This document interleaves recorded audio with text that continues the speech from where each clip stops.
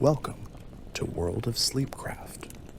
Tonight we journey through one of Warcraft's most compelling and tragic stories, the life of Jaina Proudmoore. From a young princess of Kul Tiras to the most powerful sorceress in Azeroth, from a hopeful peacemaker to a woman forever marked by loss and sacrifice, Jaina's tale spans decades of Warcraft history. Settle in, get comfortable, and let the story of the Daughter of the Sea unfold before you. Jaina Proudmoore came into this world before the First War ever darkened Azeroth's shores, born into a family whose name carried weight across every ocean the Alliance sailed. She was the youngest child of Admiral Dalaran Proudmoore, the formidable ruler of Kul Tiras, a maritime kingdom whose power lay not in sprawling territories or mountain fortresses, but in command of the seas themselves. Her mother, Catherine Proudmoore, possessed a gentler strength, the steady hand that guided their household, while Dalaran commanded fleets across distant waters. The Proudmoore family represented everything noble about the Alliance.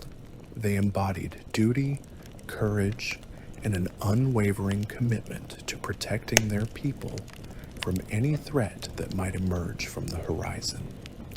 Jaina grew up surrounded by the salt air of Boralus, the capital city of Kul Tiras, where massive ships lined the harbors and the sound of waves against stone walls provided a constant rhythm to daily life. The youngest of 3 children, she had 2 older brothers who would shape her understanding of the world in different ways. Derek, the eldest, followed closely in their father's footsteps. He possessed Dalan's commanding presence, his tactical mind, and his absolute dedication to protecting Kul Tiras from any who would threaten it. Derek spent his youth learning the ways of naval warfare, studying tide tables and star charts, mastering sword and strategy alike. He represented what Jaina understood a Proudmoore should be: brave, capable, and willing to sacrifice everything for duty. Her other brother, Tandred, carved his own path through the family expectations, finding his place in ways that would become clearer as years passed. The Proudmoore household, despite its military traditions, was not without warmth. Catherine ensured her children understood that strength without compassion created tyrants rather than leaders. She taught Jaina to read not just tactical manuals and histories of naval battles, but also poetry, philosophy, and tales of magic from distant lands. While Derek trained with weapons, Jaina found herself drawn to different pursuits. She possessed a mind that questioned everything, that sought to understand not just how things worked, but why they mattered.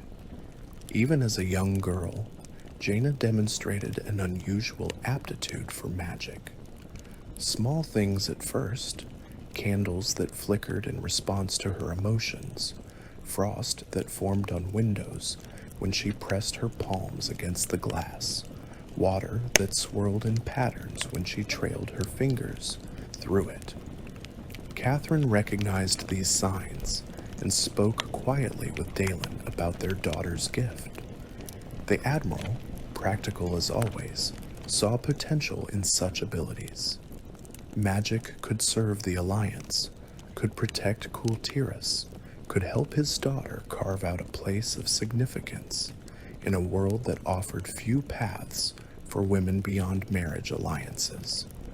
But before such decisions needed to be made, before Jaina's path toward Dalaran could be considered, the world itself would change forever.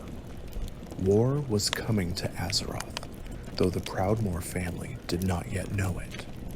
In distant lands, a portal was opening, and through it would pour a green tide that would drown the kingdom of Stormwind and force the Alliance into a desperate struggle for survival.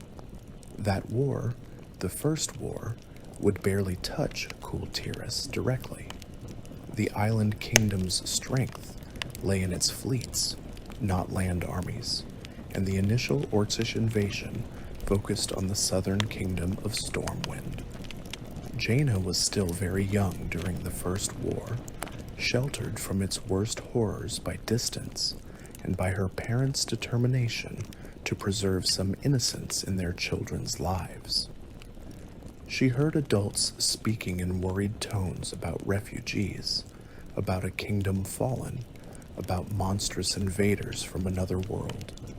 But these seemed like distant nightmares, stories that couldn't truly touch the secure walls of Boralus or the warm comfort of her family's home. That illusion of safety would not last long. The orcs had only begun their invasion of Azeroth, and the Second War would prove far more terrible than the first. The Second War changed everything. When Warchief Orgrim Doomhammer unified the Orcish clans and prepared for a massive assault on the northern kingdoms, the Alliance of Lordaeron formed in response.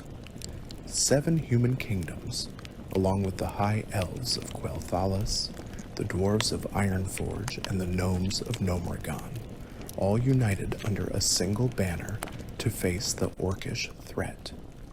Admiral Jaina Proudmoore commanded the Alliance's naval forces, and his fleet would prove crucial to the war effort. The Horde, learning from their defeats in the First War, had adapted their strategy. They enslaved the Red Dragonflight, binding the noble Alexstrasza herself and forcing her children to serve as weapons of war. With dragons at their command, the orcs could challenge even Kul Tiras' naval supremacy.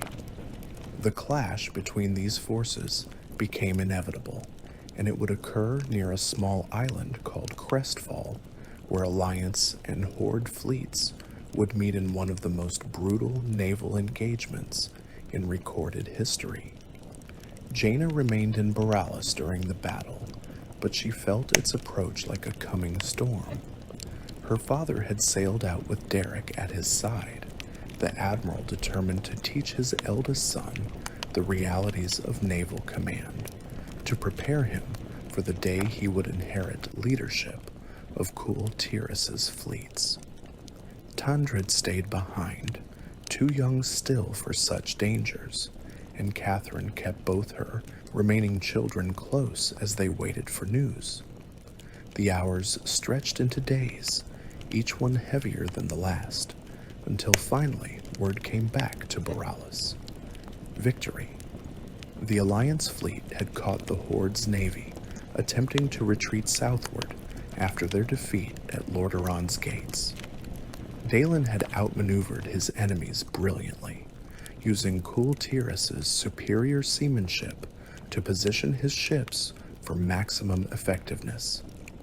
The Orcish vessels had been hammered with cannon fire, many sent to the bottom of the sea, but victory had come at a terrible cost that no one in Boralus was prepared to accept.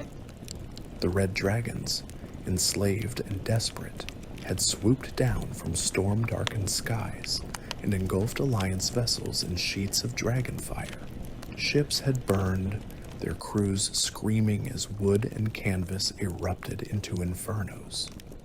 The Wildhammer dwarves, riding their own griffins into battle, had fought back with lightning-infused stormhammers, bringing down several of the enslaved dragons. But their intervention came too late for many ships, too late for hundreds of sailors, too late for Derek Proudmoore. Jaina's brother had died in the flames, his ship consumed by dragonfire as he fought to save his crew. Survivors reported that he had remained on deck even as the vessel burned around him, organizing evacuation efforts, ensuring others reached lifeboats before the ship went down. He died as a Proudmoore should, with courage and duty, sacrificing himself so that others might live. It was the kind of death that legends celebrated and that destroyed families. When Dalaran returned to Boralus, something fundamental had broken inside him. He had led his son into battle and brought back only a corpse burned beyond recognition. The Admiral, who had always been stern but fair, whose discipline came tempered with pride in his children, became someone harder, colder, consumed by a hatred that would never fade. He had lost his son to orcish aggression, to green-skinned monsters who had invaded peaceful lands and brought nothing but death and destruction. Every orc, in Dalaran's mind, carried responsibility for Derek's death. Every orc deserved the same fate Derek had suffered. Jaina watched her father transform into someone she barely recognized. The man who had once smiled at her magical experiments, who had lifted her onto his shoulders to watch ships come into harbor, who had listened patiently to her endless questions about the world, retreated behind walls of grief and rage. He threw himself into the war with renewed fury, pursuing every opportunity to strike at the Horde, taking risks that worried even his most loyal captains. The Admiral sought vengeance, and the seas ran red with Orcish blood as a result. For young Jaina, Derek's death meant something different. She grieved for her brother, certainly. She mourned the loss of his steady presence, his patient answers to her questions, his protective nature that had made her feel safe in an increasingly dangerous world. But watching what Derek's death did to her father, seeing how hatred consumed him, left her with questions that wouldn't go away. Were all orcs truly responsible for what happened at Crestfall? Did every green-skinned being deserve death because some of them had killed Alliance sailors? When Jaina looked at her father's rage, she saw something that frightened her more than enemy fleets or enslaved dragons. She wondered whether vengeance truly honored Derek's memory, or whether it simply created more grief, more death, an endless cycle where each side justified their actions by pointing to atrocities committed by the other. These thoughts felt almost like betrayal. Her brother was dead, killed by orcs, and here she was questioning whether those orcs deserved the fury Dalaran directed at them. But Jaina couldn't help herself. Even at her young age, even lacking the context that would come with maturity, she sensed something deeply wrong in letting hatred define everything. The Second War continued, eventually ending in Alliance victory when the Dark Portal was destroyed and many surviving orcs were rounded up and placed in internment camps. Dalaran supported this decision, though he would have preferred execution for every single orc. Catherine, meanwhile, worked quietly to help her husband process his grief, to bring him back from the dark places Derek's death had sent him. She had only partial success. Dalaran remained functional, remained an effective admiral, but the warmth had gone out of him, burned away in the same fire that had taken Derek. Jaina's relationship with her father grew more complicated after Crestfall. He looked at her sometimes with an expression she couldn't quite read, as though seeing in her something both precious and disappointing. She suspected he wished she possessed more of Derek's certainty, less of this tendency to question and doubt. But Dalaran, despite his grief, despite his transformation, still wanted the best for his surviving children. When Jaina's magical talents continued to develop, when it became clear she possessed real potential as a mage, he made arrangements for her future. The Kirin Tor in Dalaran represented the pinnacle of magical study in the Eastern Kingdoms. If Jaina truly possessed the gift, if she could be trained properly, she might become a powerful mage capable of serving the Alliance in ways that honored her family name. Dalaran used his connections, called in favors from fellow Alliance leaders, and eventually secured his daughter a place in the Violet City. It meant sending her away from Kul Tiras, from the only home she had ever known, but both Dalaran and Catherine agreed this was the right path for their gifted daughter. Before leaving for Dalaran, Jaina spent her remaining time in Kul Tiras trying to memorize every detail of home. She walked the streets of Boralis, breathing in salt air mixed with fish markets and distant forge smoke. She climbed the hills overlooking the harbor to watch the endless parade of ships, massive warships bristling with cannons alongside smaller fishing vessels and merchant traders. She sat on the docks with her legs dangling over the water, watching sailors work, listening to their songs and their stories of distant ports. Kul Tiras was a nation defined by the sea. Unlike mainland kingdoms, where power came from controlling territory, from vast armies and defensible castles, Kul Tiran's strength flowed from their relationship with the ocean itself.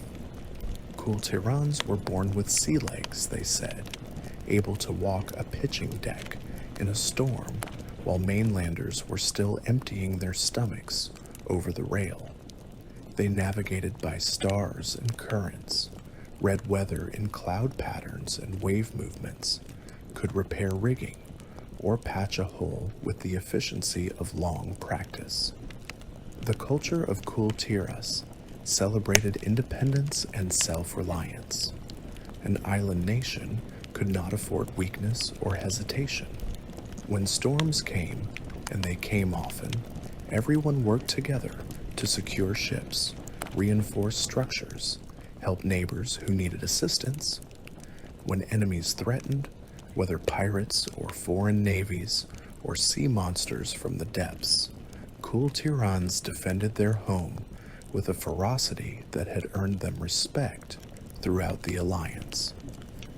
They were proud people, sometimes to the point of arrogance, but that pride came backed by genuine competence. Jaina loved Kul Tiras, loved its strength and its traditions, but she also felt constrained by it. The island kingdom offered clear paths for those who fit its molds. Boys became sailors, soldiers, shipwrights, merchants, or fishermen. Girls typically married into families that needed alliances, managed households, or perhaps worked in trades like weaving or healing. There were exceptions, certainly. Kul Tiras produced female captains and even the occasional admiral, but these were rare enough to be noteworthy. Magic represented something different. Kul Tiras had its share of mages, certainly. Ship mages who could call favorable winds or calm troubled waters. Battle mages who protected the fleet from enemy spellcasters. But these typically received training in Dalaran before returning home to serve Kul Tiras. The island kingdom lacked the facilities, the libraries, the accumulated knowledge to train truly powerful mages. For that, one needed to travel to the Violet City, where the Kirin Tor guarded secrets accumulated over thousands of years. In her final months in Kul Tiras, Jaina practiced the small magics she had already mastered. She could summon frost to coat surfaces in intricate patterns. She could conjure small flames that danced between her fingers. She could levitate light objects, making them drift around her room in slow circles. These parlor tricks, as her father dismissively called them, hinted at far greater potential. Magic was not simply about flashy effects or convenient shortcuts. Properly trained mages could level buildings, summon elementals, open portals across vast distances, even manipulate time itself. But magic also carried dangers. Catherine made sure Jaina understood this before she left for Dalaran. Power without wisdom created disasters. Mages who overreached destroyed themselves and everyone around them. The history of magic on Azeroth included terrible cautionary tales. The Highborn, whose reckless spellcasting had led to the Sundering 10,000 years ago. The troll empires that had wielded magic to create and destroy in equal measure. Even recent history provided examples, like Kael'thas's father Anasterion, who had led the High Elves, but whose people's magical addiction made them vulnerable to threats they should have withstood. Jaina promised her mother that she would be careful, that she would learn properly, that power would not corrupt her as it had corrupted others. Catherine smiled sadly at this promise, recognizing her daughter's sincerity, while also knowing how easily such promises could break. The young always believed they would avoid the mistakes of their elders. Sometimes they even succeeded. But the temptations of power, the seductive nature of magic itself, these had broken wiser and stronger individuals than a teenage girl from Kul Tiras, no matter how talented or well-intentioned. The night before Jaina left, her family gathered for a final dinner together. Dalen sat at the head of the table, his expression softer than it had been in years. Tandred fidgeted with his silverware, trying to be brave about his sister's departure but unable to hide his sadness. Catherine maintained perfect composure, the lady of the house ensuring everything proceeded smoothly, but Jaina noticed her mother's hands trembling slightly as she served the food. They ate traditional Kul Tiran fare, fish stew thick with vegetables, bread baked with herbs, a sweet pudding for dessert. After dinner, Dalen took Jaina aside for a private conversation. They walked to his study, a room filled with maps and ship models and the accumulated memories of a lifetime at sea. The Admiral poured himself a whiskey, then sat down heavily in his favorite chair. Jaina stood before him, waiting, uncertain what wisdom or warning he might offer. When Dalen finally spoke, his words came slowly, carefully chosen. He told her that he was proud of her, that her gift represented an opportunity to serve the Alliance in ways he never could. He reminded her that Proudmoores understood duty, that they placed service above personal desire, that they sacrificed for the greater good. Then he surprised her by speaking about Derek, something he had rarely done since Crestfall. Her brother had been brave, Dalen said, but bravery alone wasn't enough. Derek had also been wise enough to know his limitations, strong enough to ask for help when needed, humble enough to keep learning, even when he thought he already knew everything. The Admiral told Jaina to remember those lessons in Dalaran. Magic would make her powerful, perhaps even more powerful than any Proudmoore who had come before. But power meant nothing without wisdom to wield it properly. He told her to study hard, listen to her teachers, question everything, but also know when questions needed to give way to action. Most importantly, he told her never to let magic make her forget where she came from, who her family was, what values the Proudmoore name represented. Jaina left that conversation with tears in her eyes and determination in her heart. She would make her father proud. She would honor Derek's memory.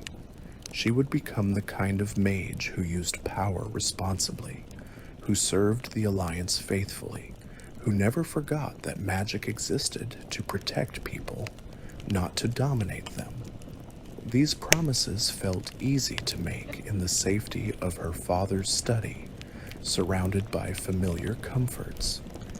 keeping them would prove far more difficult than young Jaina could possibly imagine.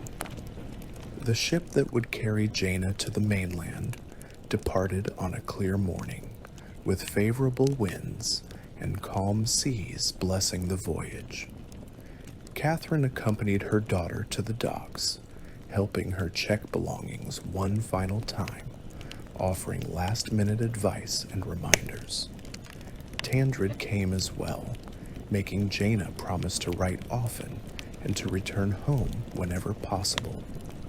Dalen remained at the house, unable or unwilling to watch another of his children sail away, even on a peaceful journey rather than toward war.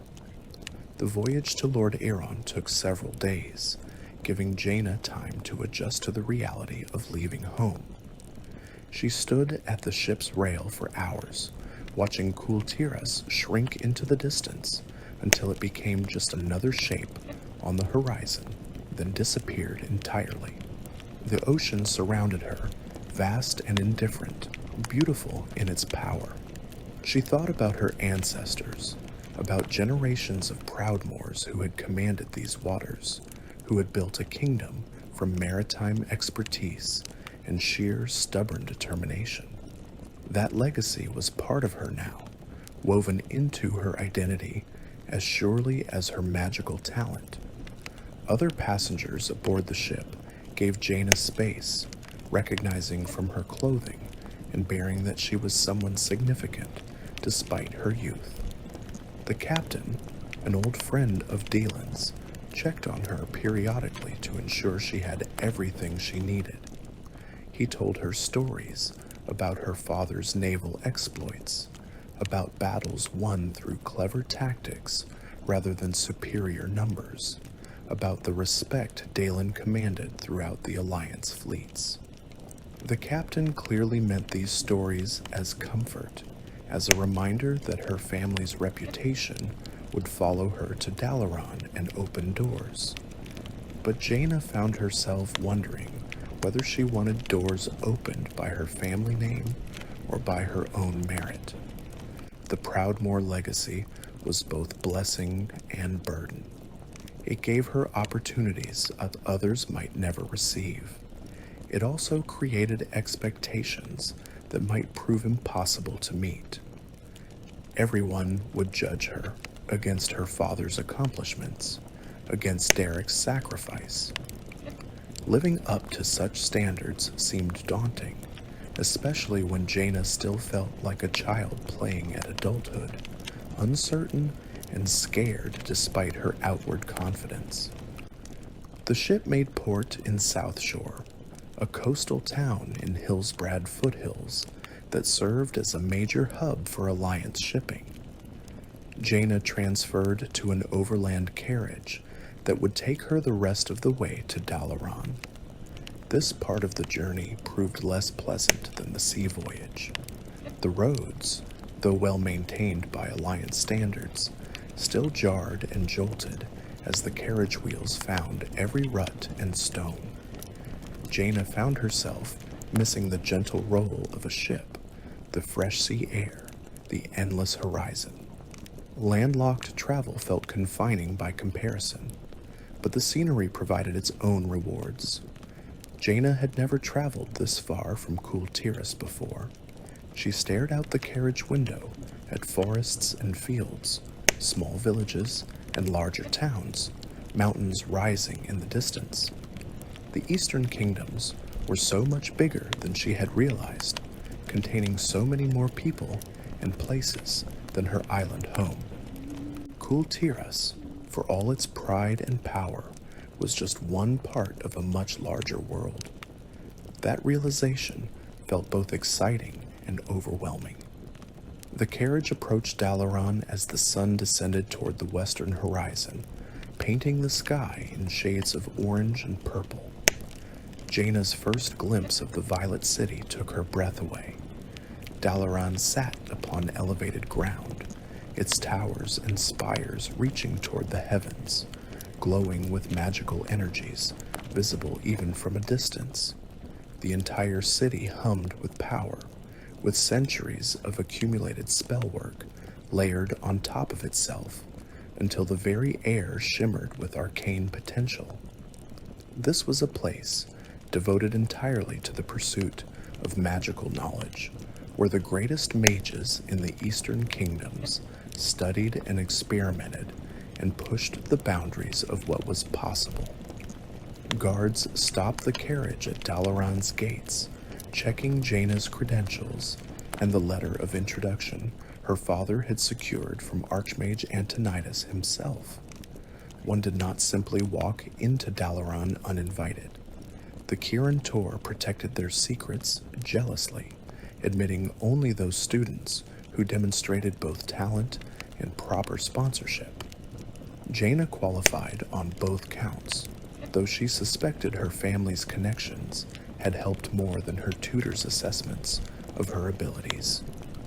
The guards, satisfied with her documentation, waved the carriage through. Inside Dalaran's walls, Jaina found herself in a city unlike anything she had experienced before. Buildings defied normal architectural principles with impossible geometries and structures that seemed to float in midair. Mages walked the streets in robes of purple and gold, some accompanied by summoned elementals or animated constructs. Bookshops and reagent suppliers lined major thoroughfares.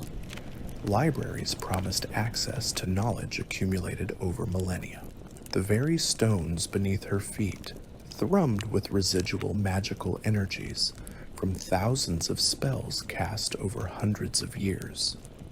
But before Jaina could truly explore, before she could begin to absorb everything Dalaran offered, she needed to report to the Kirin Tor and begin her formal studies. The carriage carried her through winding streets to the Violet Citadel, the heart of Dalaran's magical establishment. Here, the Archmage maintained their council chambers, their private laboratories, their secure archives. Here decisions were made that affected magical policy throughout the Alliance territories. Here Jaina Proudmoore would take her first real steps toward becoming the mage she was meant to be. The journey from Kul Tiras was complete. Her childhood was ending. Whatever came next, for good or ill, would define the rest of her life. Jaina climbed out of the carriage, smoothed her traveling clothes, took a deep breath, and walked toward the Violet Citadel's entrance. The future awaited, full of promise and possibility, though darker paths than she could imagine lurked ahead, waiting for the moment when innocent dreams would collide with terrible realities. The interior of the Violet Citadel exceeded even Jaina's elevated expectations. Corridors stretched longer than they should given the building's external dimensions, an obvious application of space-bending magic that made the structure far more vast inside than outside. Walls were lined with portraits of famous mages, their painted eyes seeming to follow visitors as they passed. Floating lights drifted through the air, providing illumination without smoke or flame. The scent of old parchment and arcane reagents filled every room, along with a palpable sense of accumulated power that made Jaina's skin tingle. An apprentice, a young man perhaps 5 years older than Jaina, guided her through the Citadel's labyrinthine passages. He explained that she would be meeting with Archmage Antonidas himself, an extraordinary honor for a new student. Typically, junior mages met with assistant instructors or senior apprentices who evaluated their abilities and assigned appropriate coursework. Direct meetings with the leader of the Kirin Tor were reserved for exceptional circumstances, or, the apprentice added with a knowing smile, exceptional family connections. Jaina bristled slightly at that comment, but said nothing. She would prove her worth through her abilities, not her family name. Still, she couldn't deny feeling grateful for whatever strings Dalen had pulled to secure this audience. Meeting Antonidas directly would allow her to make a personal impression, to demonstrate that she deserved her place in Dalaran based on talent rather than mere family prestige. The apprentice led her to a heavy wooden door inscribed with protective runes that glowed faintly in the hallway's dimness. He knocked 3 times, waited for a response, then opened the door and gestured for Jaina to enter. She stepped into Antonidas's personal study, and the door closed behind her with a soft click that seemed to seal her into a space that existed slightly apart from the normal world. Archmage Antonidas stood near a window overlooking Dalaran's streets, his hands clasped behind his back, his attention seemingly focused on the view outside. He was an old man, his long beard white as fresh snow, his face lined with decades of study and responsibility. He wore the formal robes of the Kirin Tor, purple and gold worked with silver thread, but the garment was clearly well worn, comfortable rather than ceremonial. This was not a man who cared overmuch for appearances. For a long moment, Antonidas said nothing, simply continuing to gaze out his window. Jaina stood uncertainly near the door, unsure whether she should announce herself or wait patiently for acknowledgement. She chose to wait, sensing that this was some sort of test, an evaluation of her patience and her ability to remain silent when silence was appropriate. Finally, after what felt like an eternity but was probably less than a minute, the Archmage spoke without turning around. "Tell me, Miss Proudmoore," he said, his voice surprisingly gentle for a man of his authority. "What do you see when you look at this city?" Jaina approached the window cautiously and looked out at the view Antonidas had been contemplating. She saw buildings and streets, mages and citizens going about their business, the organized bustle of a city dedicated to magical study. But she sensed the Archmage wanted something deeper than mere physical description. She considered her response carefully before speaking. "I see power," she said slowly. "Centuries of accumulated knowledge, of magic refined and perfected. I see a place where the impossible becomes routine, where reality itself bends to trained will. I see..." She paused, searching for the right words. "I see possibility." Antonidas turned to face her for the first time, and Jaina met his gaze directly. His eyes were piercing, the eyes of a man who missed very little, who could read volumes in subtle expressions and body language. A small smile played at the corners of his mouth. "A diplomatic answer," he said. "Also an honest one, I think. Good. Too many come to Dalaran seeing only the power, never the responsibility that must accompany it. Some see only the prestige, the status of being called a mage of the Kirin Tor. A rare few see the knowledge itself as the true treasure, with power being merely a tool to pursue deeper understanding. I wonder which category you will ultimately fall into." He moved to a large desk piled with books and scrolls and loose parchments covered in notes. With a casual gesture, he swept aside some of the clutter, making space to lean against the desk's edge while continuing to study his newest student. Jaina remained standing near the window, uncertain whether to speak or to continue waiting for Antonidas to guide the conversation. "Your father has been quite insistent about your potential," the Archmage continued. "Admiral Proudmoore is not a man given to exaggeration, so I am inclined to believe that you possess genuine talent.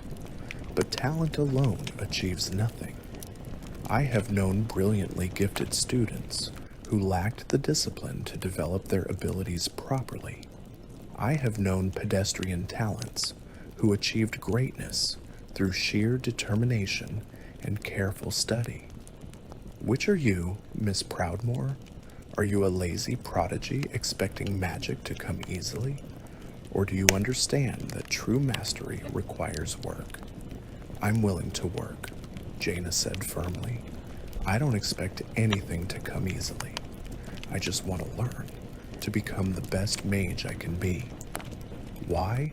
Antonidas asked, the single word carrying unexpected weight. Jaina opened her mouth to respond, then closed it again, considering the question more carefully. Why did she want to become a powerful mage? To serve the Alliance seemed like the obvious answer, but was that the whole truth? To honor her family, perhaps? To prove herself? To access a kind of power and freedom that conventional paths would never offer? To understand the mysteries of magic itself? To touch forces that shaped reality at its most fundamental levels? Because magic matters, she finally said. Because mages helped win the Second War, helped save the Alliance from destruction. Because knowledge and power can be used to protect people, to prevent tragedies like... She hesitated, then continued. Like the Battle of Crestfall. Because I have a gift, and wasting it would be a betrayal of everyone who doesn't have such opportunities. Antonidas nodded slowly. Those are acceptable reasons, though I suspect you have others you're not yet ready to articulate, perhaps not even ready to acknowledge. No matter. You will have time to discover your deeper motivations during your studies here. For now, your stated reasons suffice. He moved around to sit behind his desk, suddenly all business. From a drawer, he produced a leather-bound ledger and began making notes with a quill that moved on its own, responding to his gestures without him needing to physically hold it. You will begin with fundamental theory, obviously. Assuming you pass your evaluations, you will advance through progressively more complex studies. Most students spend 5 to 7 years here before achieving a level of competence that qualifies them for independent practice. A rare few complete their training more quickly. Some never complete it at all, discovering that they lack the aptitude or dedication required. He looked up from his ledger, fixing Jaina with that penetrating stare once more. I am assigning you to my direct supervision, Miss Proudmoore. This is not favoritism, despite what your peers may think. Your father's connections earned you an entrance to Dalaran and this initial meeting, but nothing more. From this point forward, you will be judged entirely on your own merits. I am taking you as my personal student because I am curious to see whether the potential I sense in you will develop into something truly exceptional, or whether you will prove to be merely adequate. Do not disappoint me. Jaina's first weeks in Dalaran passed in a blur of orientation and evaluation. She was assigned quarters in one of the Violet Citadel's student wings, a small but comfortable room with a bed, desk, wardrobe, and window overlooking the city's eastern district. Her neighbors were other young mages at various stages of training, from first-year students still struggling with basic cantrips to advanced practitioners who could summon elementals or open portals across significant distances. The daily routine of a Kirin Tor student began early. Morning lectures covered magical theory, the fundamental principles underlying all spell work, how arcane energies could be shaped by will and word and gesture. the mathematical relationships between power invested and effects produced. The 6 schools of magic and their distinctive characteristics: abjuration, which protected; conjuration, which summoned; divination, which revealed; evocation, which damaged; illusion, which deceived; and transmutation, which transformed. Jaina absorbed these lessons with an eagerness that impressed her instructors. She possessed not just talent, but genuine interest in understanding magic at its deepest levels. Some students viewed theory as boring but necessary drudgery, hurrying through it to reach practical spellcasting as quickly as possible. Jaina recognized that proper theory provided the foundation for everything else. A mage who understood the underlying principles could adapt, improvise, push boundaries in ways that rote memorization could never achieve. Afternoons were devoted to practical application. In controlled environments, with instructors present to intervene if anything went wrong, students practiced spells appropriate to their skill level. Jaina started with the most basic exercises: sustaining a flame without external fuel, freezing water into ice, levitating objects of increasing weight, creating temporary barriers of pure force. These were not flashy magics, but they built the fundamental control and precision required for more advanced spell work. She discovered that magical talent involved more than simply willing things to happen. Each school of magic required different mental approaches. Evocation, which dealt with raw elemental forces, responded best to strong emotion channeled through rigid structure. Too much passion without discipline created explosions rather than controlled effects. Too much discipline without passion produced nothing. Finding the balance was the challenge. Transmutation demanded a different mindset entirely. To transform one substance into another, to alter fundamental properties of matter, required understanding the thing being changed at a level most people never contemplated. You could not transmute lead into gold without understanding what made lead lead and gold gold. You could not transform a frog into a rabbit without comprehending the essential nature of both creatures. This school of magic attracted students with philosophical inclinations, those who enjoyed contemplating reality's basic structures. Jaina found herself drawn to conjuration and abjuration more than other schools. Conjuration, the magic of summoning and creation, appealed to her problem-solving nature. Need water in a desert? Summon it. Need a barrier to block a passage? Conjure one.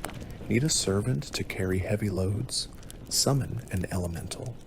This was practical magic, the kind that solved immediate problems and protected people from harm. Abjuration, meanwhile, represented the defensive side of magic. Shields that blocked incoming attacks, wards that prevented scrying or unauthorized entry, dispels that unraveled hostile spells, counterspells that interrupted enemy casting. In a world full of threats, both magical and mundane, abjuration provided the tools to keep oneself and one's allies safe. Jaina remembered her father's teachings about understanding both strengths and weaknesses, about knowing exactly what one was capable of and acting accordingly. Abjuration was the magical expression of that philosophy.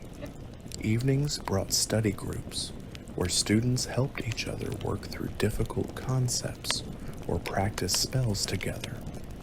Jaina found these sessions valuable, not just for the collaborative learning, but for the relationships they fostered.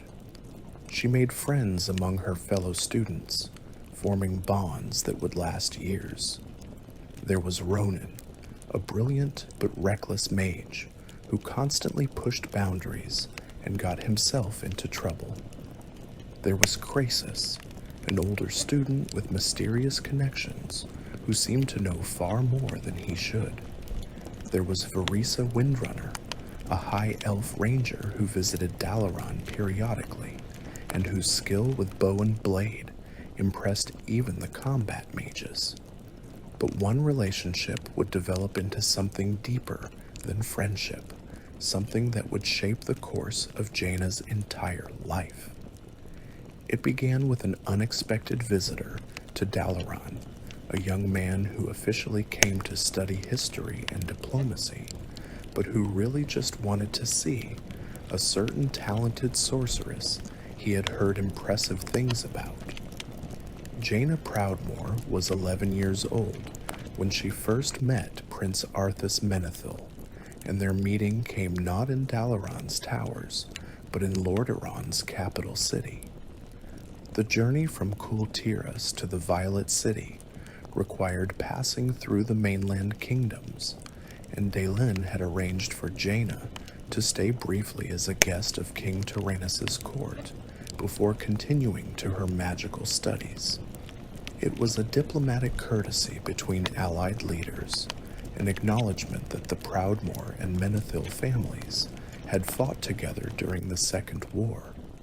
Arthas was 12, already showing signs of the man he would become, tall for his age, with golden hair and an easy confidence that came from being raised as crown prince. When Tyrannus informed his son that he would escort their young guest to Dalaran, Arthas had grumbled initially about being assigned babysitting duties. That grumbling ended almost immediately upon meeting Jaina, who proved to be entirely unlike the fragile noble girls he was accustomed to encountering at court. She challenged him to a snowball fight within hours of their introduction.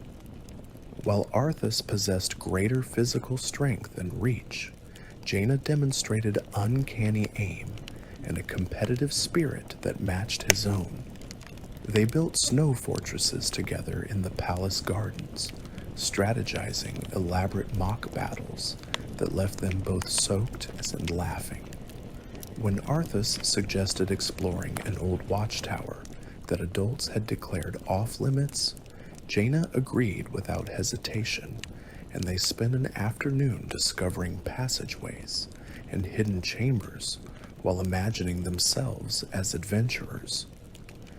Their escort journey to Dalaran took 3 days, and during that time they became genuine friends. Arthas, who had grown up surrounded by adults with their own agendas, found Jaina refreshingly honest and straightforward. She said what she thought without political calculation, asked questions because she genuinely wanted to know answers rather than to manipulate conversations. Jaina, meanwhile, discovered that beneath Arthas's royal bearing lay a boy who loved adventure, who dreamed of becoming a hero, who wanted to make his kingdom proud. They made a detour to examine one of the internment camps where captured orcs were held after the Second War. Arthas's reaction was immediate and visceral. These were monsters who had killed countless innocents, who had destroyed Stormwind and nearly crushed Lordaeron. They deserved their imprisonment, possibly worse. Jaina, looking at the lethargic prisoners with their children huddled nearby, wondered aloud whether orcs truly belonged there. They had families. They looked sad and harmless. Could they really all be monsters? Arthas snorted at this notion. These were the brutes who had destroyed kingdoms, who had killed her own brother at Crestfall. There was no need to waste pity on them. Their killers, even if currently lethargic, were still killers. What would happen if they were released? Jaina sighed softly in the darkness, but did not answer. She wasn't convinced, but she couldn't articulate her doubts in ways that penetrated Arthas's certainty. When they arrived in Dalaran, the city's magnificence took Jaina's breath away. Arthas admitted he found it strange and slightly unsettling. Magic made him uncomfortable in ways he couldn't quite explain. Reality-bending architecture felt wrong somehow.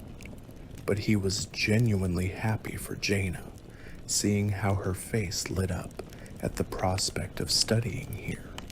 As they said their farewells at the Violet Citadel's entrance, Arthas made her promise to write, to tell him about her studies, to maybe visit Lordaeron during holidays. That childhood friendship formed the foundation for everything that came later. They corresponded regularly over the following years, Jaina describing her magical training, while Arthas wrote about his paladin studies under Uther the Lightbringer. They saw each other occasionally during festivals or official state visits. Their relationship evolved from childhood friendship into something deeper as they matured, though neither quite recognized the shift until years later, when Arthas visited Dalaran ostensibly for research, but really because he wanted to see the girl who had grown into a talented sorceress. By the time they reconnected in their late teens, the childhood companions had transformed into young adults who discovered their friendship had deepened into attraction. The memories of snowball fights and shared adventures provided common ground, but now those memories carried weight of shared history, of knowing each other before duty and responsibility had complicated everything. Their romance, when it developed, built on years of trust and genuine affection, which would make its eventual destruction all the more devastating. Not everyone was pleased by Arthas's sudden appearance in Jaina's life. Prince Kael'thas Sunstrider, heir to the throne of Kel'Thuzad, had been quietly pursuing Jaina since shortly after her arrival in Dalaran. The High Elf Prince was brilliant, charismatic, and extremely powerful as a mage. He had already mastered magics that human students twice his age struggled to comprehend. His command of evocation spells was particularly impressive, able to call down fires that burned with temperatures hot enough to melt stone.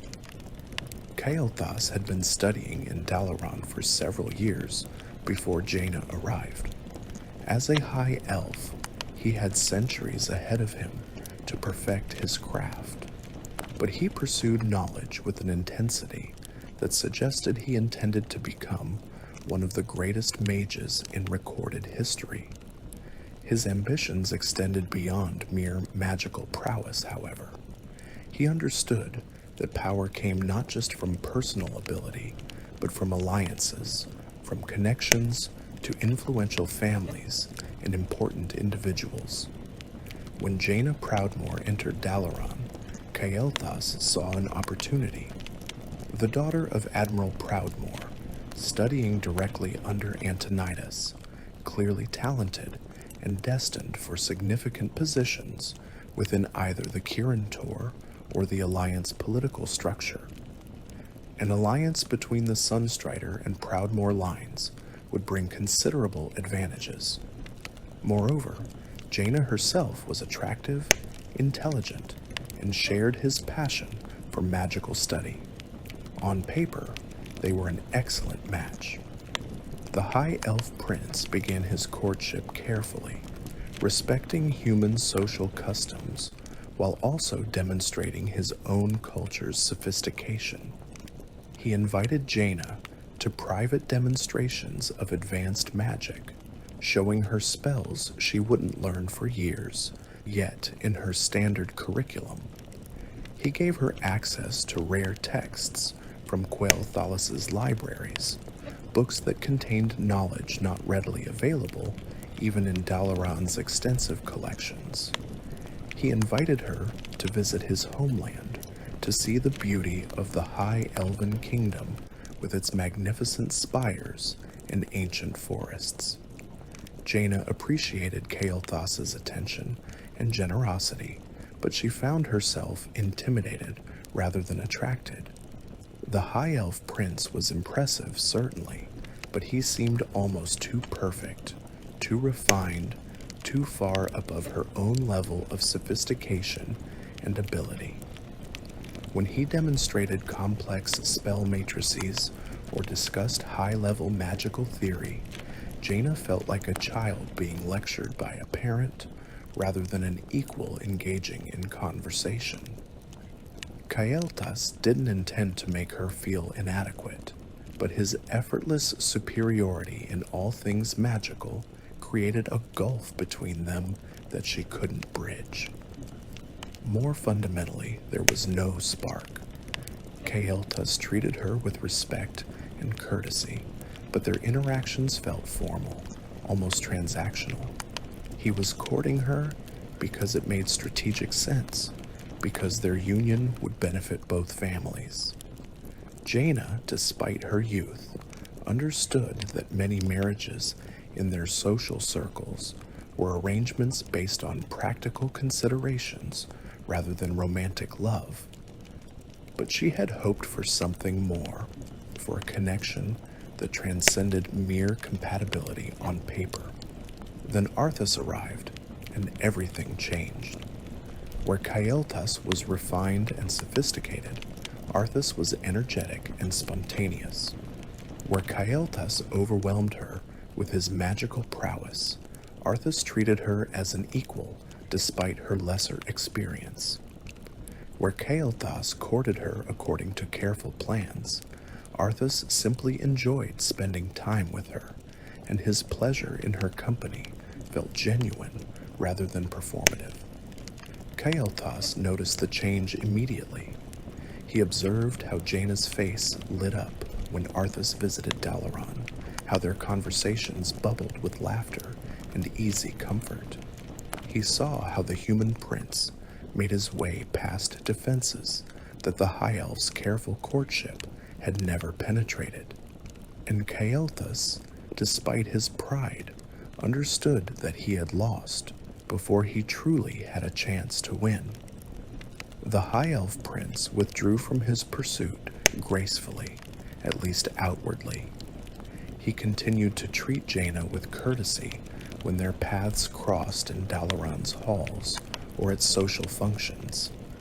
He even congratulated Arthas when the human prince's relationship with Jaina became common knowledge. But privately, Kael'thas felt the sting of rejection deeply. He had offered Jaina access to knowledge, to power, to a life of privilege and significance. She had chosen instead a human prince whose magical abilities were non-existent and whose lifespan would be a mere blink compared to what Kael'thas could have offered. The High Elf Prince buried his disappointment in his studies, pushing himself even harder to master increasingly complex magics. He told himself that Jaina's choice simply demonstrated that she lacked the sophistication to appreciate what he had offered. He told himself that human emotions were fickle and that she would have made a poor long-term partner anyway. He told himself many things, but beneath the rationalizations, the rejection festered. Kael'thas would remember this moment years later, when Jaina came to him seeking help, when circumstances had twisted both their paths into darker places than either could have imagined during those relatively innocent days in Dalaran. The memory of her choosing Arthas over him would color those later interactions, adding bitterness to decisions that might have gone differently if not for old wounds never properly healed. But that future remained unknown to all of them, as young love blossomed between a prince and a sorceress, as Dalaran's streets witnessed the beginning of a relationship that would shape the fate of nations. Arthas's visit to Dalaran, originally planned for only a few days, extended to a week, then 2 weeks, than a full month. King Tyrannus sent increasingly pointed letters asking when his son intended to return to his duties in Lordaeron, but Arthas found reasons to delay. He needed to consult additional historical texts, he claimed. He was learning valuable information about magical applications to military strategy. He was building important diplomatic connections with the Kirin Tor. All of these excuses contained elements of truth, but the real reason for his extended stay was obvious to everyone. He was falling in love with Jaina Proudmoore. The couple spent every moment together that Jaina's studies and Arthas's theoretically important research allowed.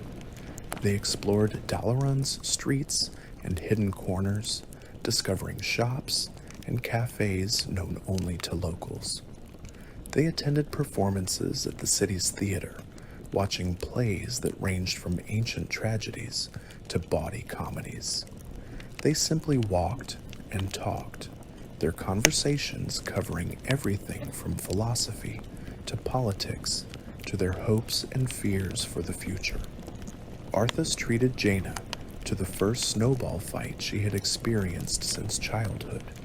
He challenged her to a contest, then laughed as her magical precision allowed her to hit him repeatedly while he struggled to land a single shot. She finally took pity on him and used magic to create a massive pile of snow that they used to build an elaborate snow fortress, only to have it collapse on both of them, leaving them laughing and soaked. He gallantly offered his cloak, which was just as wet as her robes, and they hurried back to the Violet Citadel, shivering and grinning. On warm days, they slipped away from the city to swim in a nearby lake, racing each other to a distant dock and back. Jaina won easily, her years growing up in maritime Kul Tiras having made her an excellent swimmer. Arthas complained that the contest was unfair, that she had an advantage, but his protests dissolved into laughter when she splashed him. They lay on the dock afterward, letting the sun dry their skin, talking quietly about nothing and everything, just enjoying each other's presence. Their relationship progressed beyond simple friendship one autumn evening. Arthas had arranged a private dinner in one of Dalaran's better restaurants, using his royal connections to secure a table despite the establishment's long waiting list. They ate slowly, savoring each course, the conversation flowing as easily as it always did between them. Arthas told stories about his paladin training, about Uther's demanding standards, and the grueling physical and spiritual discipline required. Jaina described her magical studies, her occasional failures, and more frequent successes, her growing comfort with spells that had seemed impossible just months ago. After dinner, Arthas walked Jaina back to the Violet Citadel, taking the long route through quiet streets where they could speak privately without being overheard. They paused at a small plaza where a fountain burbled softly, its water catching moonlight and reflecting it in silver ripples. The night was clear, stars visible overhead, despite the ambient glow of magical lighting throughout the city. Arthas took both of Jaina's hands in his, looking down at her with an expression that made her breath catch. He told her that he had come to Dalaran expecting to spend a few days doing research before returning to his duties. He had never anticipated meeting someone who would change everything. Jaina smiled, squeezing his hands, saying she understood because she felt the same way. The kiss came naturally, inevitably, a culmination of weeks of growing attraction and deepening connection. It was gentle at first, tentative, each of them aware this was crossing a threshold from friendship into something more.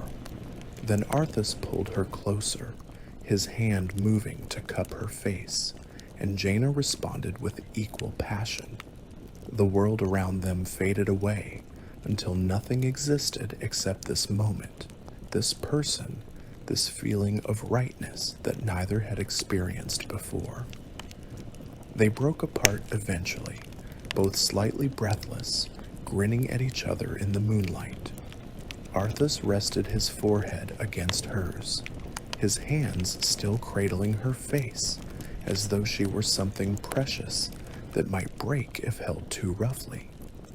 Jaina's arms circled his waist, keeping him close, not ready to let this moment end. They stayed like that for long minutes, just holding each other, neither willing to be the first to step away and return to normal lives that suddenly seemed much less interesting than this. Their relationship became public after that night, though it had never been particularly secret. Everyone in Dalaran with functioning eyes had noticed how much time the prince and the sorceress spent together.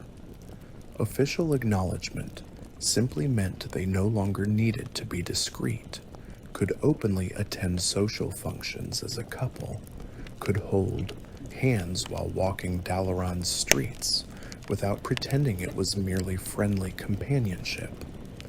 Both families received the news with varying degrees of enthusiasm. King Tiras was cautiously supportive, pleased his son had found someone worthy of his affections, though he reminded Arthas that political considerations would eventually need to factor into any permanent arrangement. Catherine Proudmoore was delighted, having heard nothing but good things about the young prince from various sources.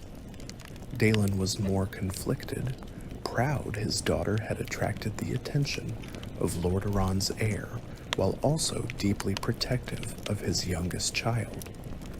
The relationship continued to deepen over the months that followed. Arthas returned to Lordaeron to fulfill his duties, but he visited Dalaran as often as possible. When he couldn't visit, they corresponded through letters that grew increasingly intimate as their connection strengthened. They made plans for a future together, speaking carefully around specific timelines, but both understanding they were moving toward marriage eventually. During Midsummer Fire Festival, Arthas arranged for Jaina to visit Lordaeron's capital.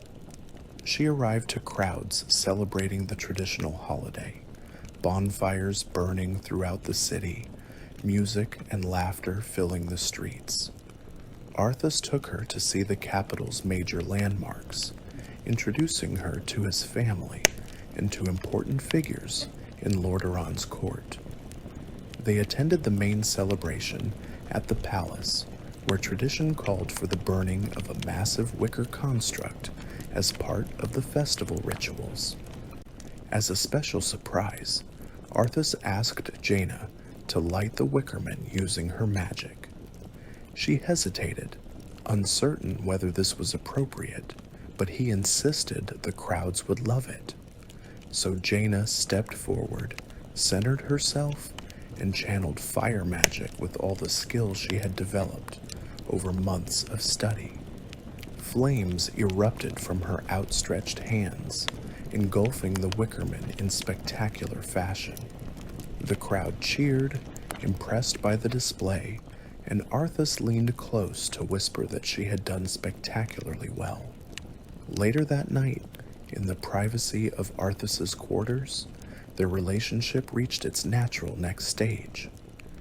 They came together with the passion and clumsiness of youth experiencing intimacy for the first time, with fumbling uncertainty giving way to genuine connection. Afterward, lying tangled in sheets, Jaina asked quietly if they were ready for this, if it was too soon. Arthas assured her that he was ready, that she was special, that this felt right in ways nothing else ever had. Their love affair continued through the festival season and beyond. By the time winter arrived and Feast of Winter Veil approached, they had become inseparable whenever circumstances allowed them to be together. But cracks were beginning to form, pressures building that neither fully recognized.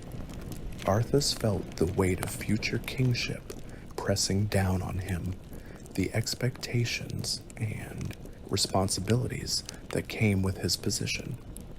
During Winter Veil, when Jaina jokingly mentioned their future children would probably be blonde, Arthas felt panic rising unexpectedly. He wasn't ready. The realization hit him like a physical blow. Marriage, children, the responsibility of a family on top of everything else expected of him.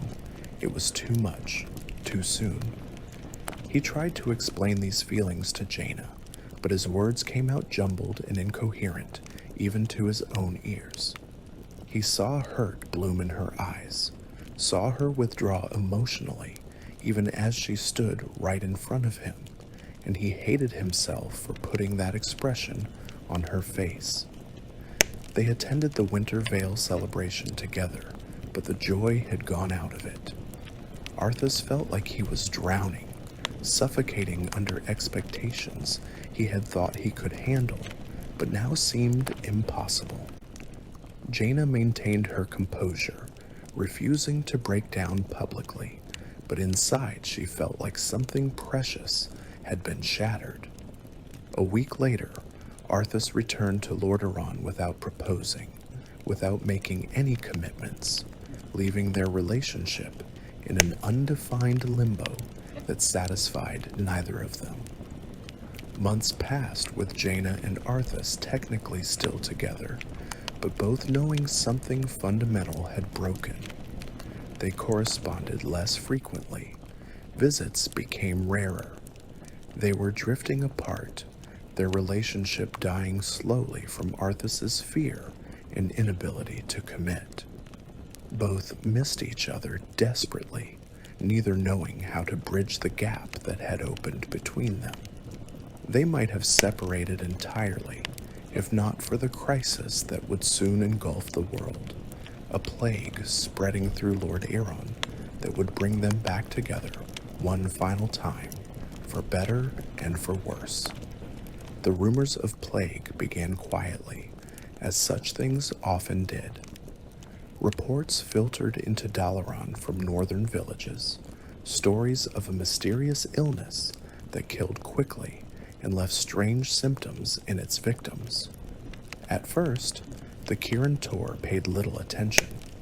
Diseases were common enough, especially in rural areas where sanitation was poor and healers scarce. The reports seemed like routine medical issues, nothing that required magical intervention. But as weeks passed, the reports grew more frequent and more disturbing. Entire villages were being affected. Victims died within days of showing first symptoms. Worse, there were accounts of the dead rising as mindless undead creatures that attacked the living. These last reports seemed too fantastical to be credible, the kinds of exaggerations that tended to accumulate around any frightening event. Still, Archmage Antonidas decided investigation was warranted. Medivh had appeared in Dalaran, a mysterious figure in dark robes who spoke warnings of apocalypse and urged the Kirin Tor to flee across the sea. Antonidas had dismissed him as a madman, but the prophet's words lingered in uncomfortable corners of the Archmage's mind. What if there was truth to his warnings? What if this plague represented something more dangerous than natural disease? Antonidas called Jaina to his study and told her she would be leading an investigation into the plague reports. Jaina had continued her studies through the difficult months after her relationship with Arthas had fractured. She had thrown herself into magical training with renewed intensity, using work to avoid thinking about heartbreak. By now, she had advanced far beyond most students her age, mastering spells and techniques that typically took years longer to learn. Antonidas judged her ready for field work, for applying her knowledge outside Dalaran's controlled environments.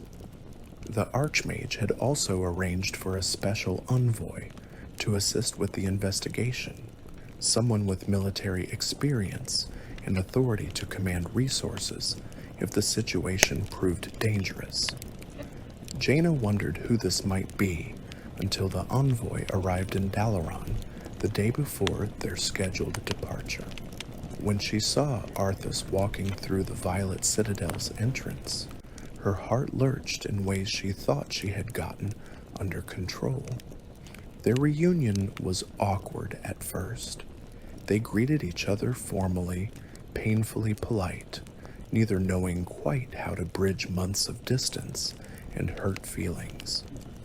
But as they began discussing the mission, planning their investigation route and resource needs, old patterns reasserted themselves.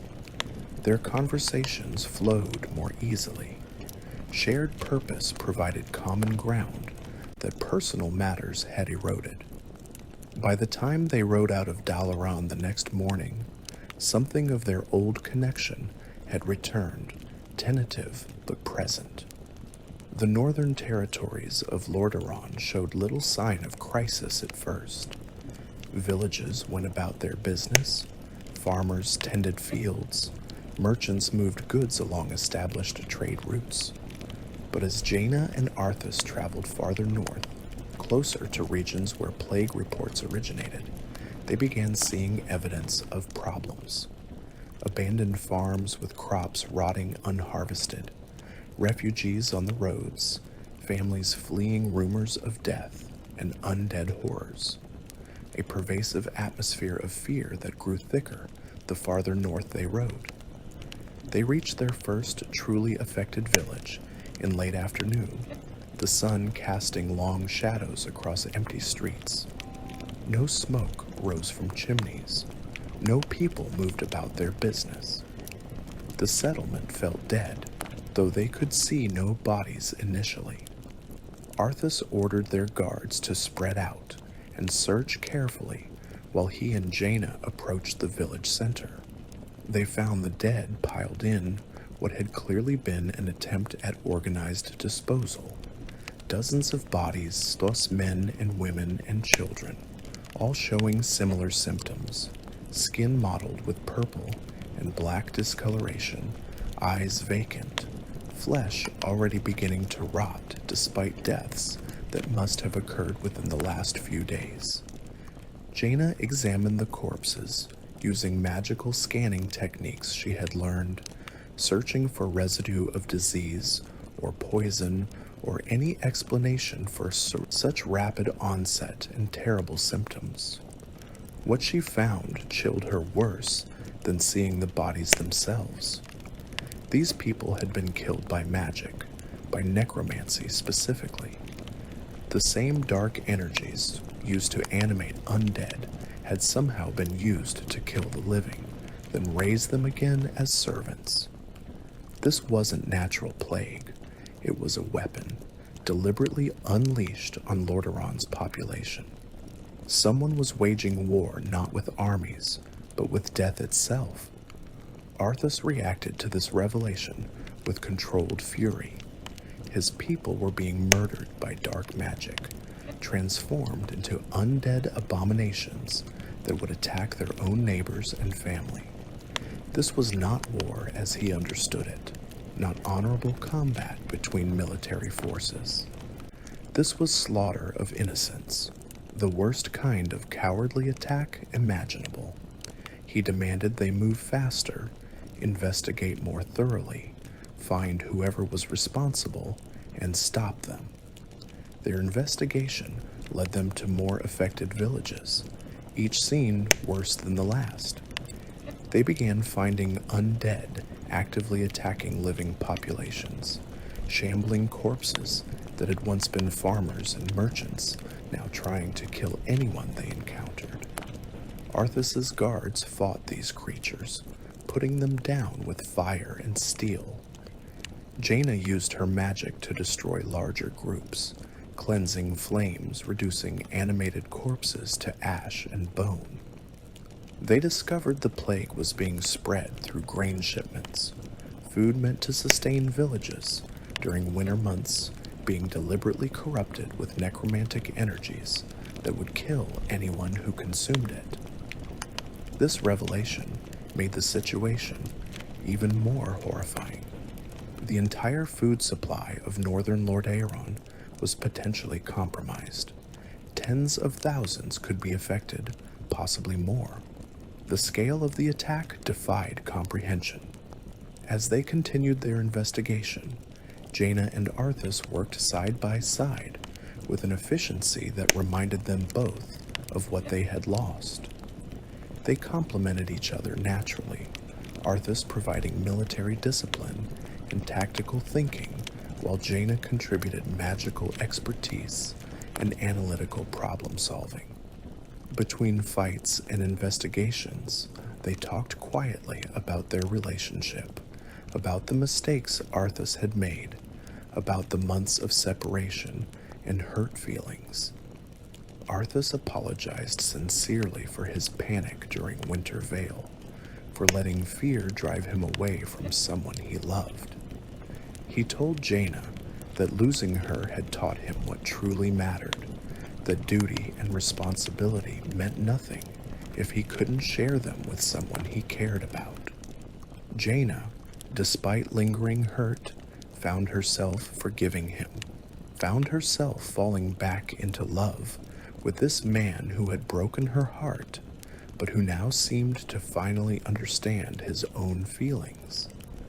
They spoke carefully about the future, about marriage and children, and building a life together.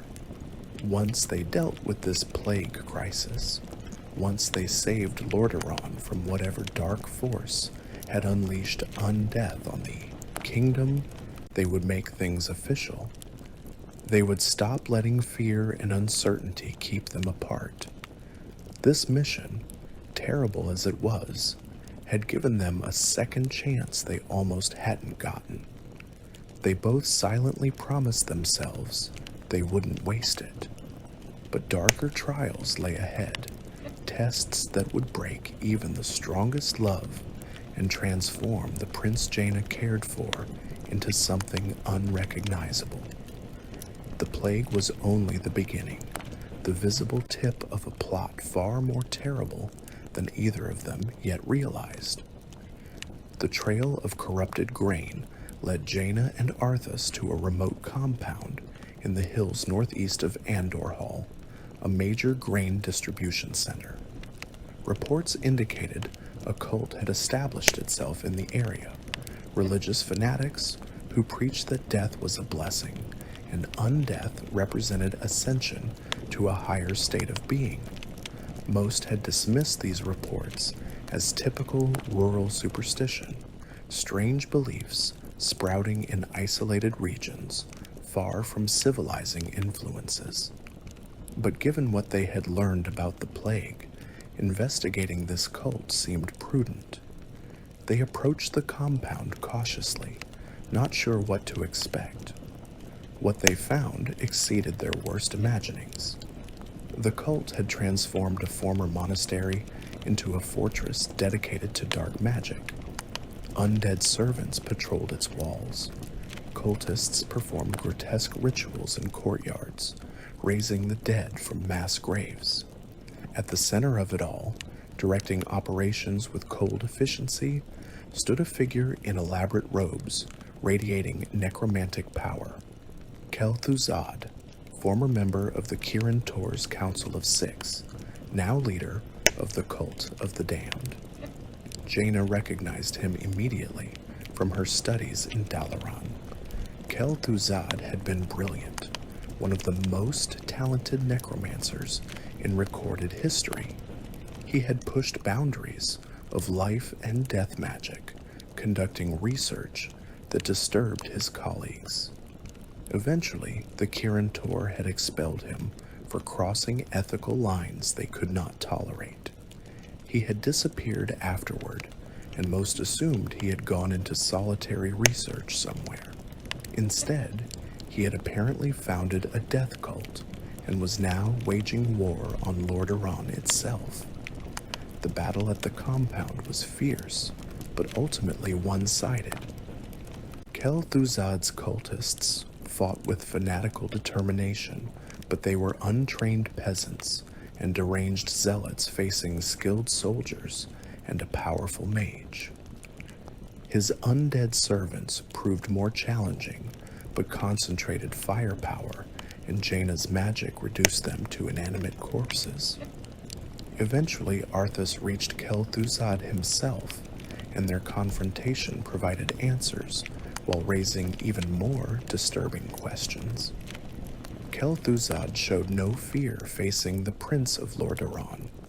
He mocked their efforts, telling them they had already lost, that the plague was spreading faster than they could possibly contain.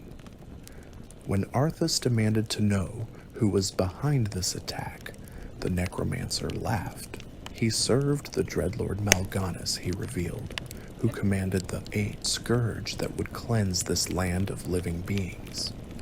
The cult of the damned existed only to distribute the plague, to prepare Lordaeron for transformation into an undead kingdom that would serve dark masters. Before they could extract more information, Kel'Thuzad unleashed a final desperate spell, trying to bring the compound's walls down on top of everyone. Arthas struck him down mid-casting, Kel'Thuzad's body crumpling as the incomplete magic dissipated harmlessly. The cultist died with a smile, his last words a warning that everything was proceeding according to his master's plan, that killing him changed nothing. They searched Kel'Thuzad's chambers afterward, finding documentation of the plague's spread. Maps showed dozens of villages already infected, with distribution routes that would soon carry corrupted grain to major cities, including Lordaeron's capital. Notes detailed the plague's mechanism, how it killed within days, and then animated corpses as undead servants bound to a master called the Lich King. References to this Lich King appeared throughout Kel'Thuzad's writings, speaking of an entity of vast power trapped in ice far to the north, directing the Scourge's assault on Lordaeron. Jaina studied these documents with growing horror, understanding the scale of what they faced. This wasn't simply a plague that needed to be cured. This was an invasion, an army being assembled from Lordaeron's own population. Every person killed by the plague became another soldier for the enemy. Conventional responses wouldn't work because the threat came from within, from the kingdom's own food supply and its own dead. She and Arthas argued about what to do next. Kel'Thuzad had mentioned Stratholme specifically, calling it the first major city that would fall. If the cultist was telling the truth, Stratholme was already compromised, its population infected and waiting to transform into undead. But how many were infected? Was the entire city doomed, or could some be saved? And more pressingly, what did saving them even mean if they had already consumed plagued grain? Arthas wanted to ride immediately to Stratholme and assess the situation directly. Jaina urged caution, pointing out that they needed more information, possibly reinforcements, definitely better understanding of what they were walking into. The prince overruled her concerns. They had already wasted too much time investigating while the plague spread. Stratholme was a major city with tens of thousands of residents. If it fell to the Scourge, if all those people became undead, the kingdom would face an army large enough to overwhelm any conventional defense. They had to reach Stratholme now, before transformation began, while there was still a chance to save at least some of the population. They rode hard toward Stratholme, pushing their horses to the edge of endurance, racing against time and the plague's inexorable progression. Jaina felt dread building in her chest as they approached the city. They were riding toward a confrontation that would define everything that came after, toward choices that would haunt both of them for the rest of their lives. She just didn't realize yet how terrible those choices would be, or how completely they would destroy the man she loved. They reached Stratholme as the sun climbed toward noon, finding the city superficially normal. Merchants conducted business in the market square. Citizens walked the streets, going about their daily routines. Children played in alleys while their parents worked. From a distance, nothing suggested the horror that Kel'Thuzad's documents had promised.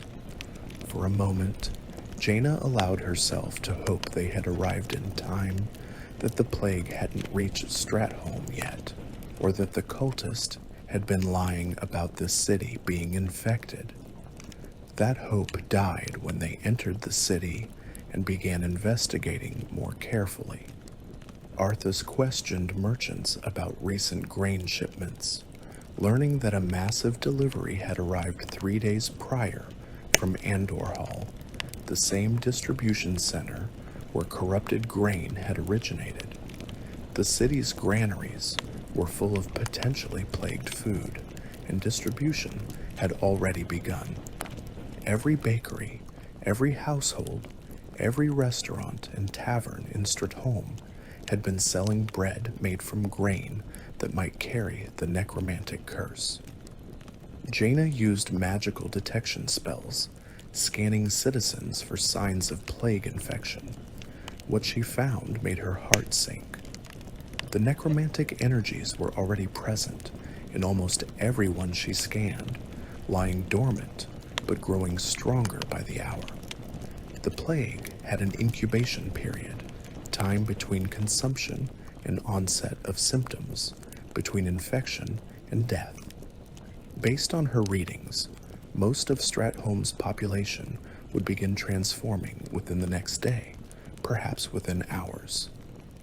They shared this information with Uther the Lightbringer, who had arrived in Stratholme with reinforcements after receiving word of the plague crisis. The legendary paladin listened grimly to their report, his expression growing more troubled as they explained what they had discovered about the plague's nature and spread. When they finished, Uther asked the question that had been haunting all of them. What could be done? Jaina suggested quarantine. They could seal the city, prevent anyone from leaving, buy time to find a cure, or at least a way to halt the transformation process. She argued that they didn't fully understand the plague yet, that condemning everyone in Stratholme based on incomplete information would be premature. Perhaps not everyone would transform. Perhaps the infection could be cleansed with the right magic or holy power. They needed time to investigate alternatives. Arthas rejected this proposal immediately. Time was exactly what they didn't have. The plague would claim these people, whether they quarantined them or not, and then Stratholme's population would become an undead army that would sweep across Lordaeron, killing anyone they encountered. Every person killed would rise as another undead, growing the Scourge's forces exponentially. The plague had to be stopped here, now, before transformation occurred, and there was only one way to stop it. The entire city must be purged, Arthas said, his voice flat and hard.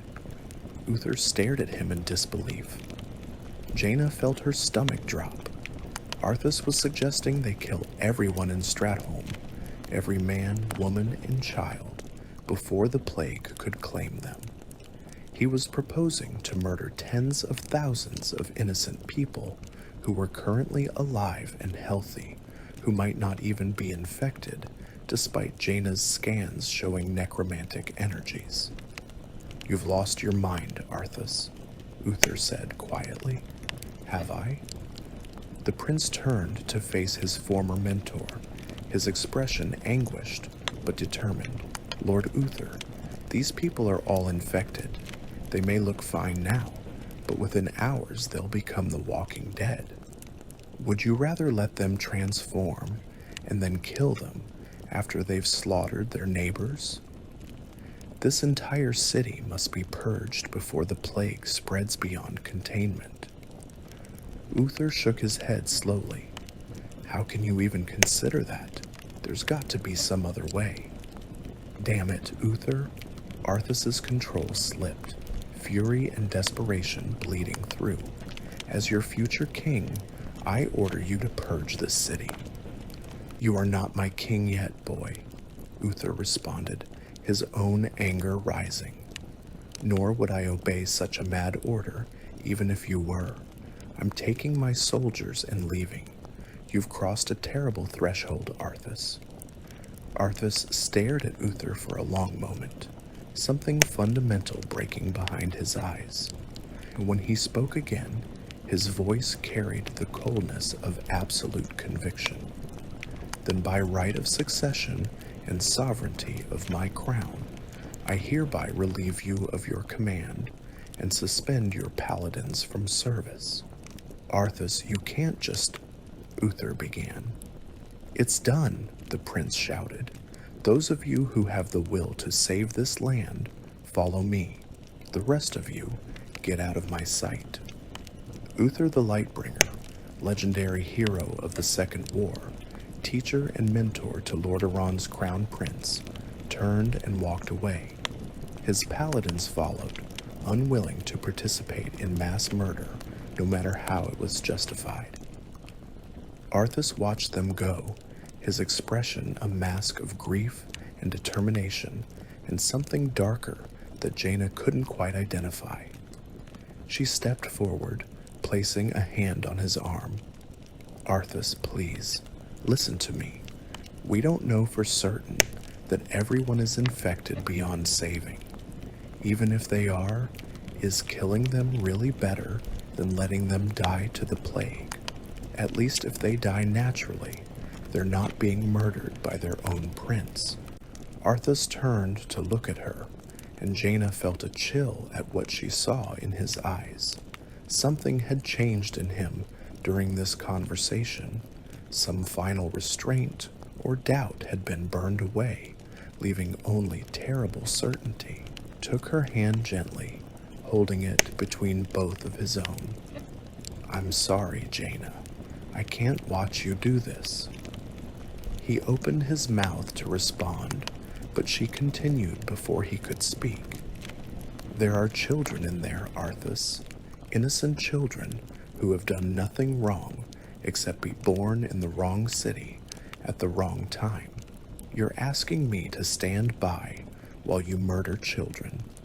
"I'm trying to save them," Arthas said desperately. "Don't you understand? Would you rather they die and rise again, forced to kill their own parents, turned into monsters that will remember nothing of their humanity? I'm giving them mercy, giving them death before the plague can claim them and twist them into something horrible."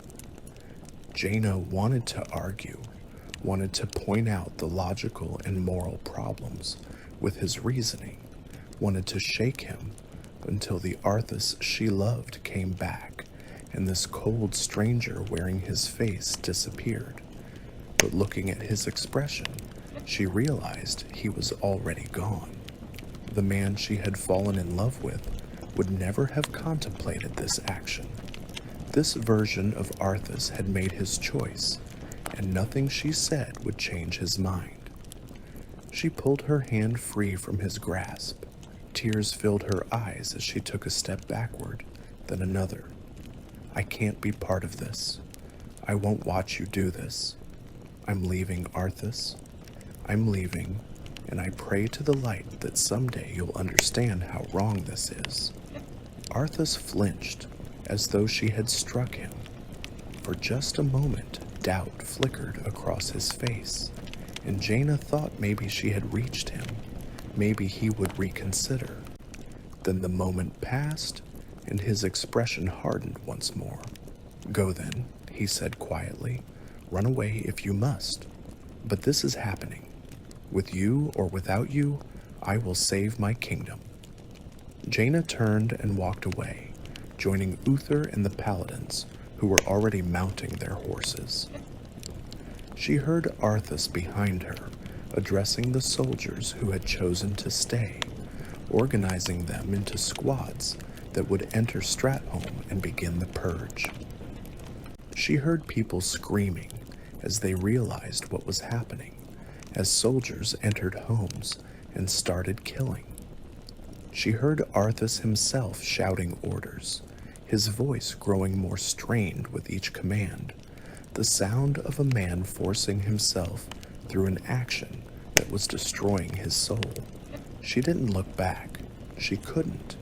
If she looked back, she might try to stop him, might use her magic against Lordaeron's soldiers, might make an already impossible situation even worse. So she rode away from Stratholme, away from the man she loved, away from the sound of systematic slaughter being conducted in the name of saving people by killing them first. Behind her, Stratholme burned. Arthas set fire to the city after the purge was complete, ensuring no plague-infected corpses remained to rise as undead. The smoke could be seen for miles, a column of black that rose toward the sky like a funeral pyre for the prince's humanity, as much as for Stratholme's population. Jaina and Uther returned to the capital bearing news that would shake Lordaeron to its foundations. King Tiras received them in his private chambers rather than the throne room, sensing from their expressions that this conversation would require privacy. They told him everything: the plague, the cult, Kel'Thuzad's death, and finally, horrifically, what had happened at Stratholme. Tiras aged a decade during that conversation. The king listened in stunned silence as they described how his son, the heir to Lordaeron's throne, had ordered the execution of an entire city's population. He asked questions, seeking some explanation that would make this atrocity comprehensible, some context that would allow him to understand how Arthas could have committed such an act. Jaina and Uther had no answers that satisfied. The king wanted to send soldiers to arrest Arthas, to bring him back to the capital to answer for his actions. Uther advised against it. Arthas had gathered those soldiers willing to follow him after the purge and had continued pursuing the source of the plague rather than returning home. According to scout reports, the prince was heading north toward Northrend, chasing rumors about the dreadlord Mal'Ganis, who Kel'Thuzad had named as his master. Attempting to arrest Arthas while he commanded loyal troops would likely trigger a civil war Lord Aaron could ill afford. Jaina remained in the capital for 3 days, helping Antonidas and the Kirin Tor establish wards and detection spells to identify plagued grain before it could be distributed. She worked without pause, throwing herself into magical solutions, because thinking about the alternative, thinking about Arthas, about Stratholme, about the choices that had torn them apart, threatened to break her entirely. On the 4th day, she could no longer avoid the grief. It crashed over her in waves, forcing her to confront what had been lost. Arthas was gone, transformed into someone she didn't recognize. The man she had loved, the prince who had laughed with her and held her and promised to build a future together, had been replaced by someone capable of ordering mass murder and calling it salvation. She wondered endlessly whether she could have stopped him. If she had argued differently, been more persuasive, found the right words to reach past his certainty, might she have prevented the tragedy? Or had Arthas been on this path already, his heroic nature twisted by circumstances into something monstrous? The questions tormented her because they had no answers, or rather, they had too many answers and no way to know which was correct. Catherine Proudmoore traveled from Kul Tiras when news of the situation reached home. She found her daughter in Dalaran, hollow-eyed from crying and sleepless nights, still trying to process what had happened. Catherine held Jaina while she sobbed, offered what comfort she could, reminded her daughter that she bore no responsibility for Arthas's choices. People made their own decisions. Jaina had tried to stop him, had begged him not to do this, had walked away rather than be complicit. She had done everything within her power. The guilt she carried was misplaced, but knowing something intellectually and feeling it emotionally were different things. Jaina couldn't shake the conviction that she should have done more, should have found some way to save both Stratholme and Arthas. The failure haunted her, adding to grief layers of guilt and self-recrimination that would color her decisions for years to come. News from Northrend arrived sporadically. Arthas had indeed traveled to that frozen continent, pursuing Mal'Ganis with the determination of someone seeking redemption or revenge, or possibly both. He had discovered a cursed blade called Frostmourne, a weapon of terrible power that promised to give him strength to defeat the Dreadlord. Against all advice, against warnings from his companions, Arthas had claimed Frostmourne, paying its price without understanding what that price truly meant. The sword had cost him his soul, binding him to the Lich King and transforming him from Lordaeron's prince into a Death Knight serving the Scourge.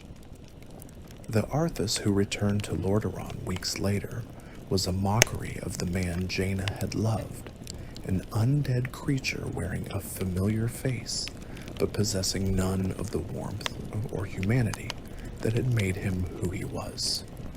This Death Knight murdered his own father, claimed Lordaeron's capital for the Scourge, and set in motion events that would nearly destroy the world. Jaina learned of Arthas's corruption and King Tyrannus's death through official channels, through reports delivered by shell-shocked survivors who could barely articulate the horrors they had witnessed. She felt each revelation like a knife to the heart. Everything she had loved about Arthas was gone, consumed by Frostmourne and the Lich King's influence. The man who had held her and promised forever had become a monster who murdered his own father. Part of her had died at Stratholme when she walked away from the Purge. Another part died learning what Arthas had become. What remained was a young woman who had to find reasons to continue, who had to discover purposes beyond failed relationships and dead loves. She threw herself into her studies with renewed intensity, determined to become powerful enough that she would never again feel helpless in the face of horror, never again watch people she cared about make catastrophic choices while being unable to stop them. But the world would not grant her time for recovery. While Jaina grieved in Dalaran, while she tried to process trauma and loss, greater forces were moving. Medivh had returned with his warnings, and this time people were starting to listen. The Scourge was just a tool, he explained. The true threat was the Burning Legion, which was maneuvering pieces into position for another invasion of Azeroth. The demons who had nearly destroyed the world 10,000 years ago were coming back, and this time they would not be denied. Lord Aeron was falling to the Scourge, its population being transformed into an undead army. Kael'thas would be next, the High Elves' kingdom targeted for the power of their sunwell. Dalaran itself was threatened, the Kirin Tor's accumulated knowledge and magical strength making it a priority target. Medivh urged everyone to flee west across the ocean to Kalimdor, to leave behind everything they had built and seek safety in distant lands.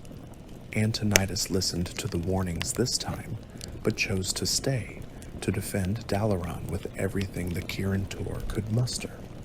He was too old to flee, he told Jaina, too invested in what he had built to abandon it now. But she was young. She had decades ahead of her. She had power and potential that would be wasted if she died defending a doomed city.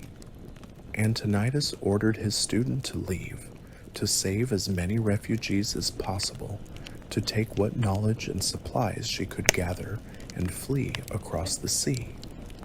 Jaina wanted to argue, wanted to stay and fight beside the man who had taught her magic and guided her development. But Antonidas was insistent, and Jaina understood he was right. Dalaran would fall. The Scourge was too strong, the Legion's forces too overwhelming. Staying would mean death, and death would accomplish nothing. If she fled, if she survived, she could preserve something of what they had built. She could protect refugees, could ensure that not everything was lost when Lordaeron fell. So Jaina Proudmoore made preparations to leave behind everything she had known. She gathered as many civilians as would listen to her warnings, chartered ships, loaded them with supplies and books and whatever could be salvaged. She watched Dalaran recede behind her ship as they sailed west, watched the Violet City grow small and then disappear beyond the horizon. She would never see Dalaran standing again in her lifetime. The Scourge would sack it completely. Archimond himself would teleport there and destroy what remained. But Jaina didn't know that yet as she stood at her ship's rail, tears streaming down her face, mourning everything lost. She had left Kul Tiras, a hopeful girl seeking to become a powerful mage. She was returning to the seas as a broken woman, leading refugees toward an uncertain future. Behind her lay dead cities and dead dreams. Ahead lay only the possibility of survival if they were fortunate, and more loss if they were not. The voyage to Kalimdor would take weeks. During that time, Jaina would have to transform herself once more, would have to find strength she didn't know she possessed, would have to become a leader rather than simply a student. The girl who had loved a prince was gone forever.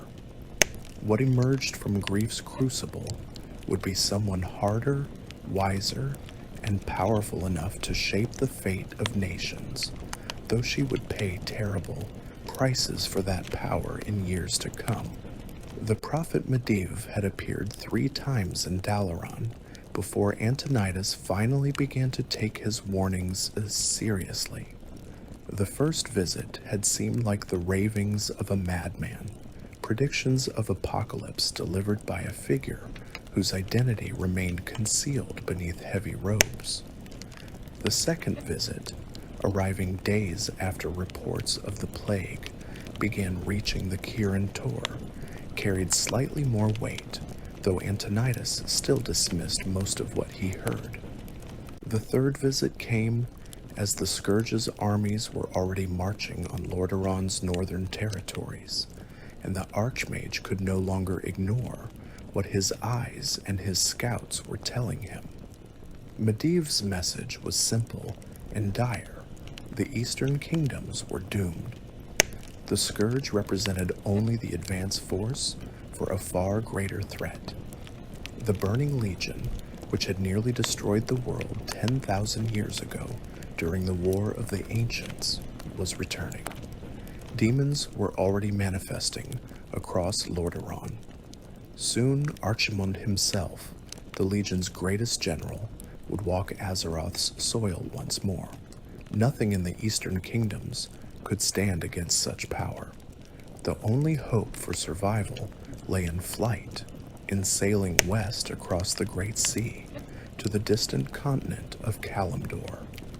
Antonidas had dedicated his entire life to Dalaran, to the Kirin Tor, to the accumulated knowledge contained within the Violet City's libraries and archives.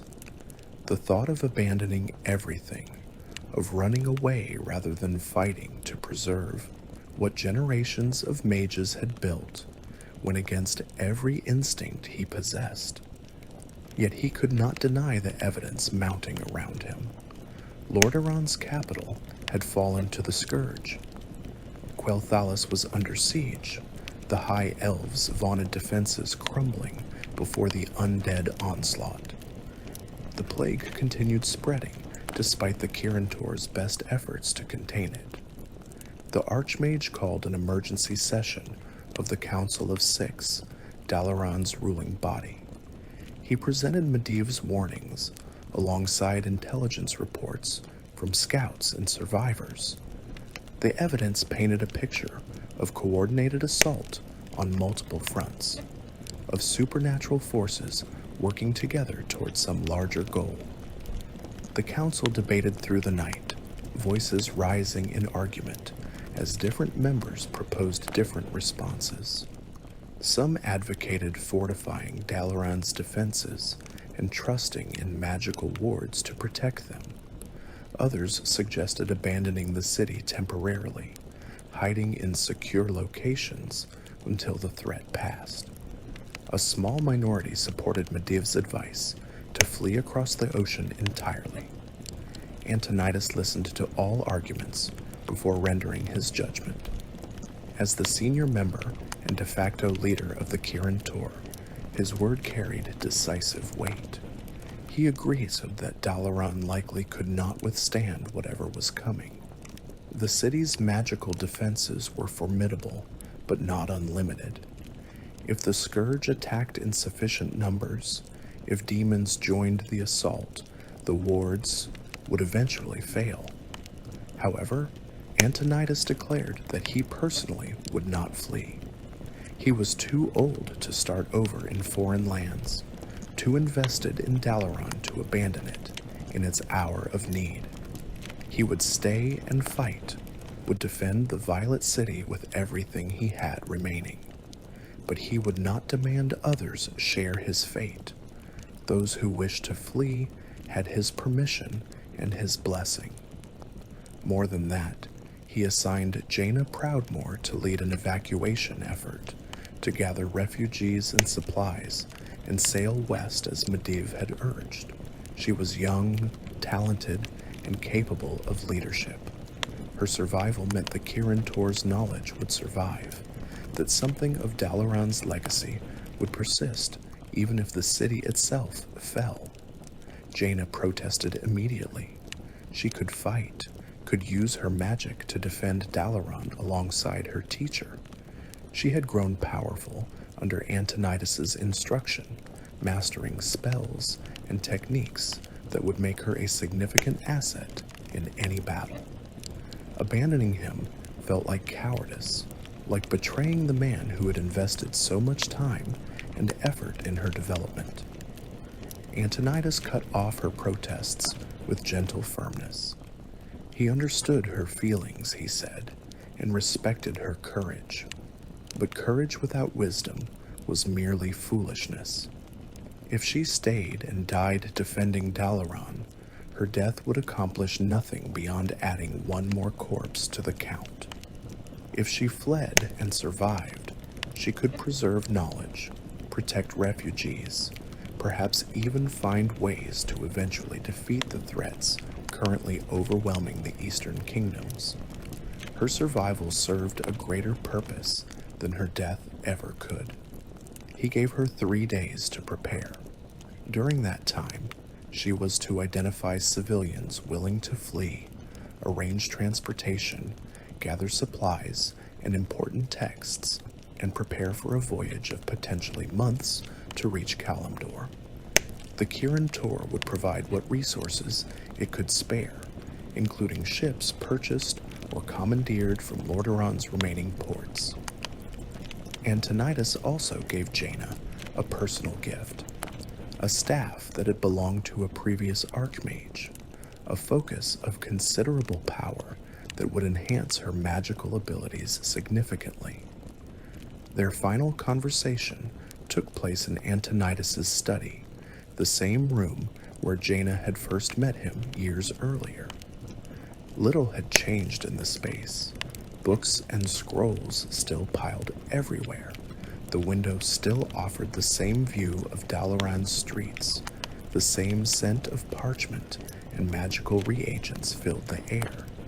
Yet everything felt different, because Jaina understood she would never return here, would never again have these quiet conversations with the man who had shaped her into the mage she had become.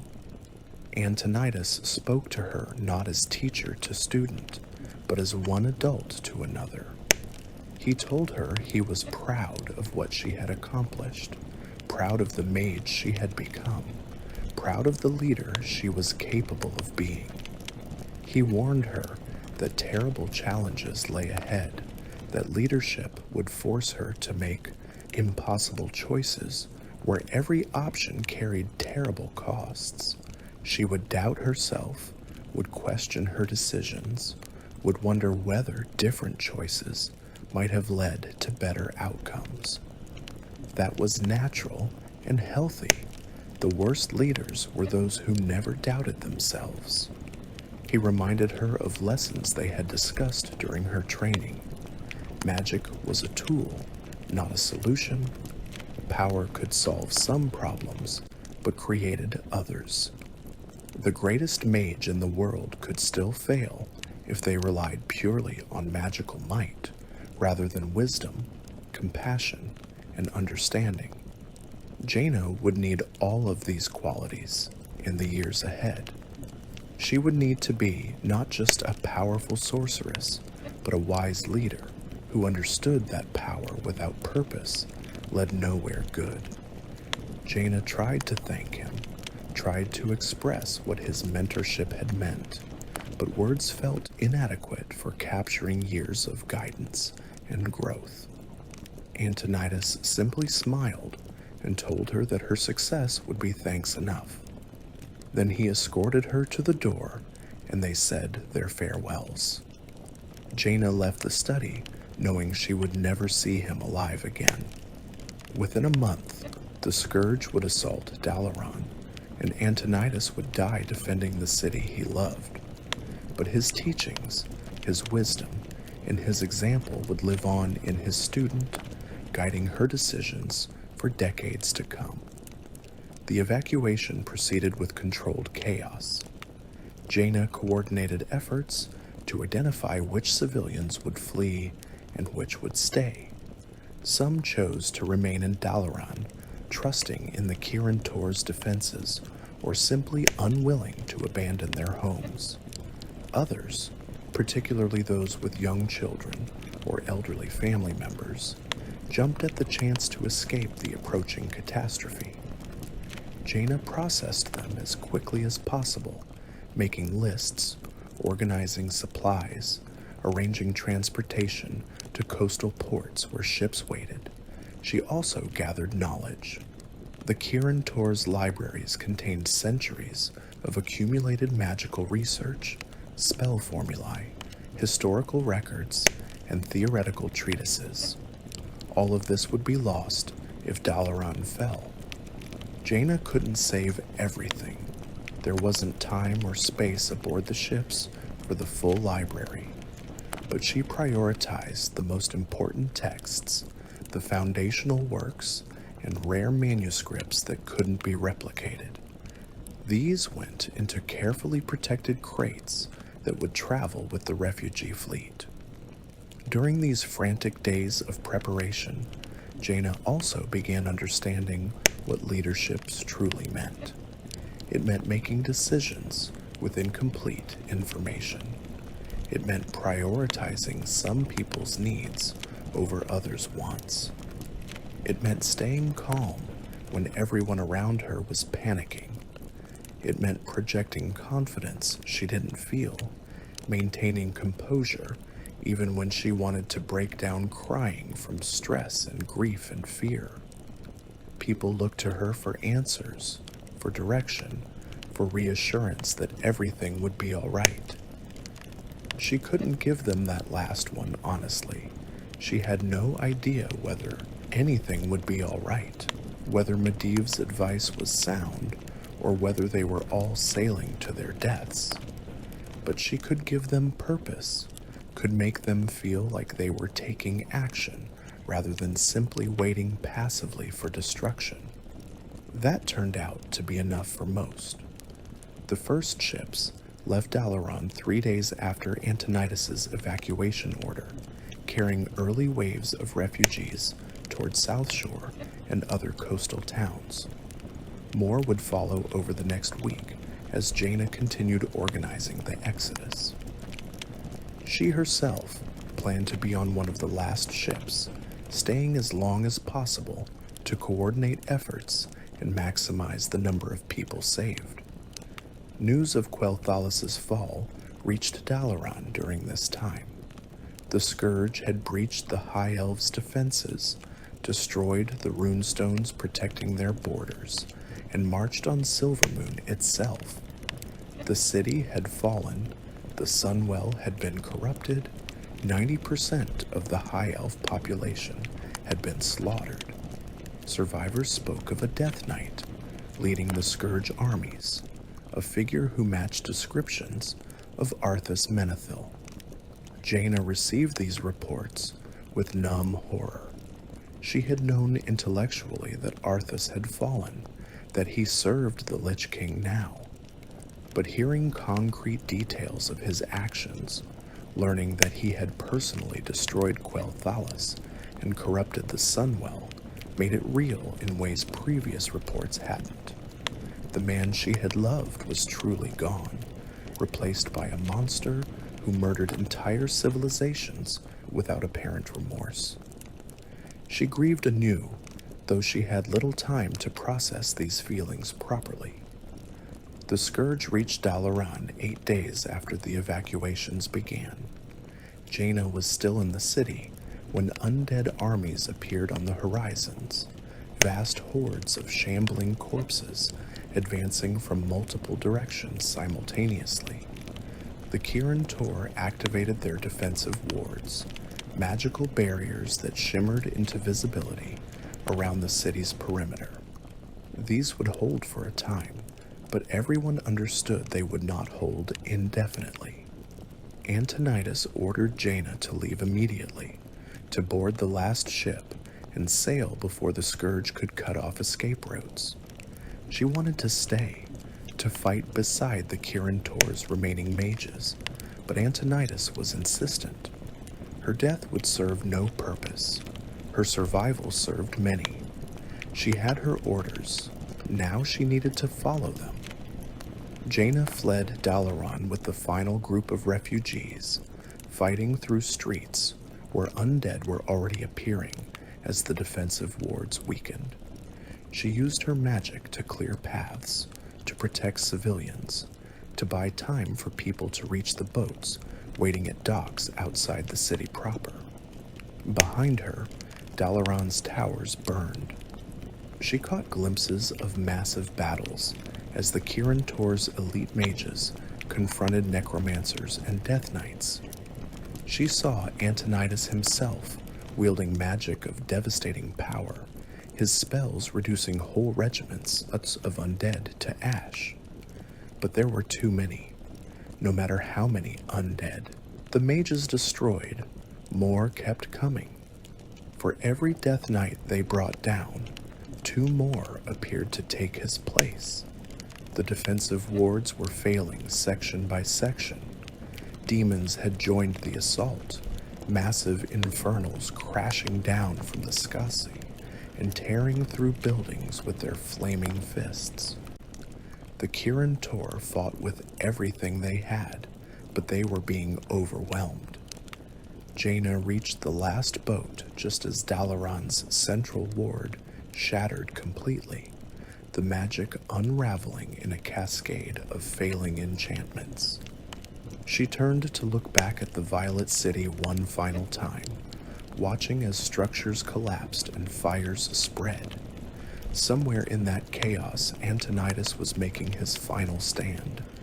She whispered a prayer to whatever gods might be listening, begging them to grant her teacher a quick death and remembrance for his sacrifice. Then the boat was moving, pulling away from shore, carrying Jaina and the last refugees away from the dying city. She stood at the rail watching Dalaran recede into the distance, watching the smoke rise higher into the sky, watching everything she had known burn. When the Violet City finally disappeared beyond the horizon, Jaina allowed herself to cry, tears streaming down her face as she grieved for Dalaran, for Antonidas, for everything lost. The refugee fleet consisted of 17 ships of varying sizes and conditions. Some were proper merchant vessels, solid and seaworthy. Others were fishing boats pressed into service, barely adequate for coastal sailing, let alone oceanic voyages. All were overcrowded, carrying twice as many passengers as they were designed for. Supplies were limited and would run low long before they reached Kalimdor, if they reached Kalimdor at all. Jaina found herself thrust into overall command, not because she sought leadership, but because people naturally looked to her for direction. She was Archmage Antonidas' personal student, a powerful mage capable of defending the fleet from threats, the daughter of Admiral Jaina Proudmoore, and thus presumed to understand naval matters. Most importantly, she projected confidence and competence, even when she felt neither, and people desperate for leadership would follow anyone who seemed to know what they were doing. She established regular meetings with the ship captains to coordinate their course and address problems. They sailed west based on Medivh's directions, though none of them had maps of the route or clear knowledge of their destination. The prophet had said Kalimdor lay across the Great Sea, far enough west that few in the eastern kingdoms had even heard of it. They would sail west until they found land, or until their supplies ran out, and they died at sea. Problems emerged quickly. Food rationing became necessary within the first week. Fresh water was even more concerning. They had left port quickly without fully stocking supplies, and several ships carried barely enough drinking water for 2 weeks' voyage. People got sick from overcrowding and poor conditions aboard the boats. Children cried constantly. Fights broke out over access to limited resources. People complained about the decision to flee rather than stay and fight, though these complainers notably had all chosen to board the ships themselves rather than remaining in Dalaran. Jaina addressed each crisis as it arose, making decisions she often doubted, but committing to them once made. She used magic to create fresh water, conjuring it from nothing and dividing it among the ships. She used healing spells to help those falling ill, though her expertise lay in combat magic rather than restoration. She mediated disputes, assigned people to useful tasks to keep them occupied, and generally tried to maintain order in a situation where chaos seemed the natural state. 3 weeks into the voyage, they encountered their first major external threat. A sea giant, one of the colossal creatures inhabiting deep oceans, surfaced near the fleet and immediately attacked the nearest ship. These beings stood 50 feet tall when fully emerged from the water, their strength sufficient to capsize even large vessels with casual swipes of their massive arms. Jaina had been aboard a different ship when the attack began. She saw the giant surface, saw it grab the vessel, and begin lifting it from the water. Without hesitation, she teleported herself to the threatened ship's deck, a long-range teleport that required significant power and risked catastrophic failure if her calculations were off. She appeared amid screaming passengers and immediately began casting. Her spells struck the sea giant like hammer blows, frost and fire alternating to burn and freeze its thick hide. The creature roared in pain and rage, dropping the ship back into the water with a massive splash that nearly capsized it anyway. Jaina continued her assault, pouring magical fire into the giant until it finally retreated beneath the waves, driven off but not killed. The ship had survived, though it had taken damage that would require repairs once they found safe harbor. The refugees treated her differently after that display. Before, she had been the young mage leading them west, based on a prophet's warnings. After, she was the powerful sorceress who could stand against sea giants and win. People looked at her with awe mixed with fear, which she found deeply uncomfortable. She didn't want worship or fear. She just wanted to keep these people alive long enough to find safety. More weeks passed. Supplies dwindled to dangerous levels despite rationing. 2 of the ships were leaking badly and would need major repairs soon or they would sink. People were losing hope, beginning to wonder whether fleeing had been a mistake, whether dying in Dalaran would have been preferable to slow death from starvation at sea. Jaina herself began to doubt, though she kept those doubts private. What if Medivh had been wrong? What if Kalimdor didn't exist, or was impossible to reach? What if they all died out here for nothing? Then, on the 37th day of their voyage, a lookout spotted land ahead. At first, it seemed like a cruel mirage, a trick of desperate eyes seeing what they wanted to see rather than what was actually there.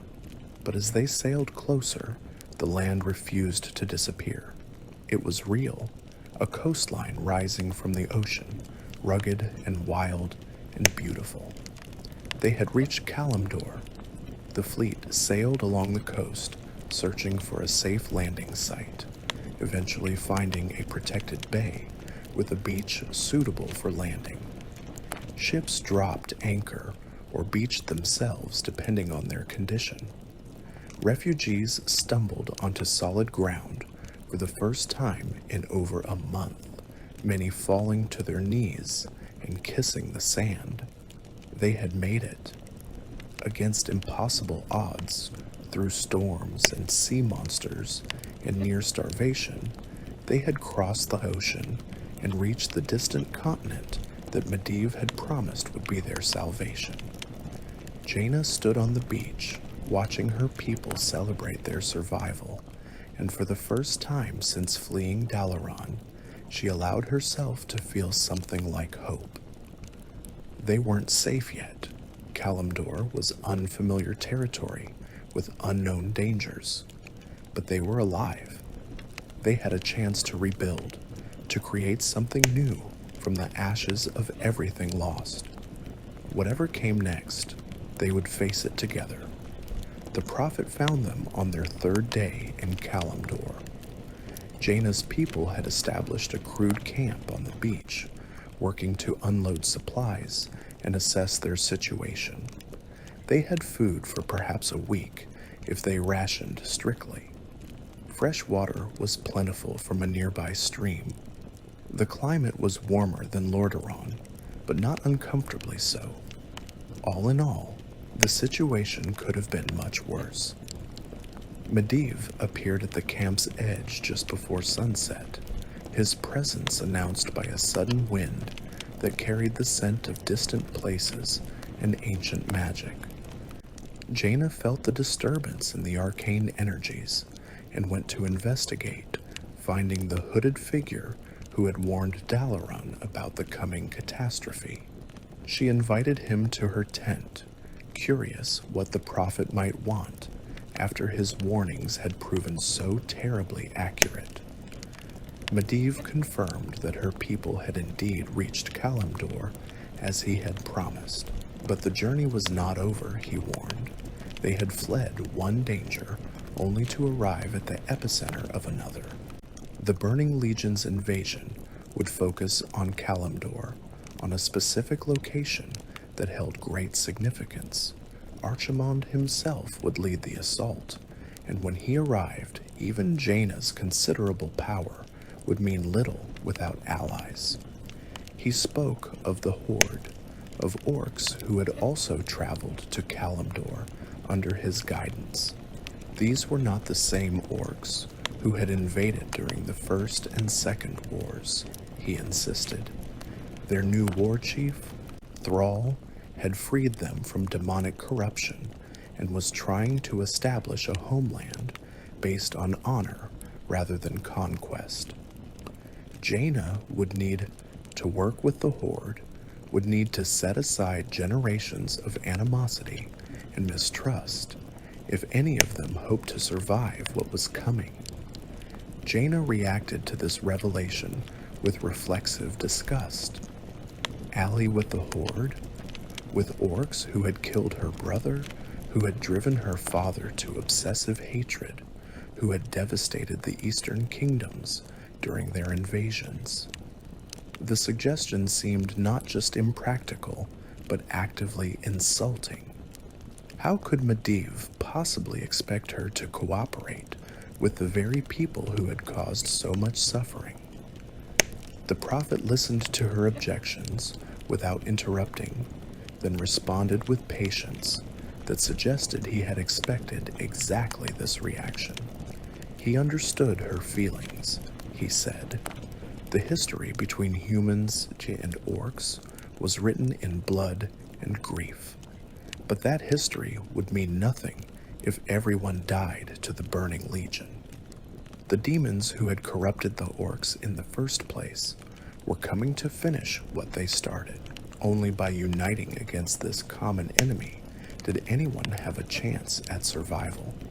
He painted a grim picture of what would happen if they failed.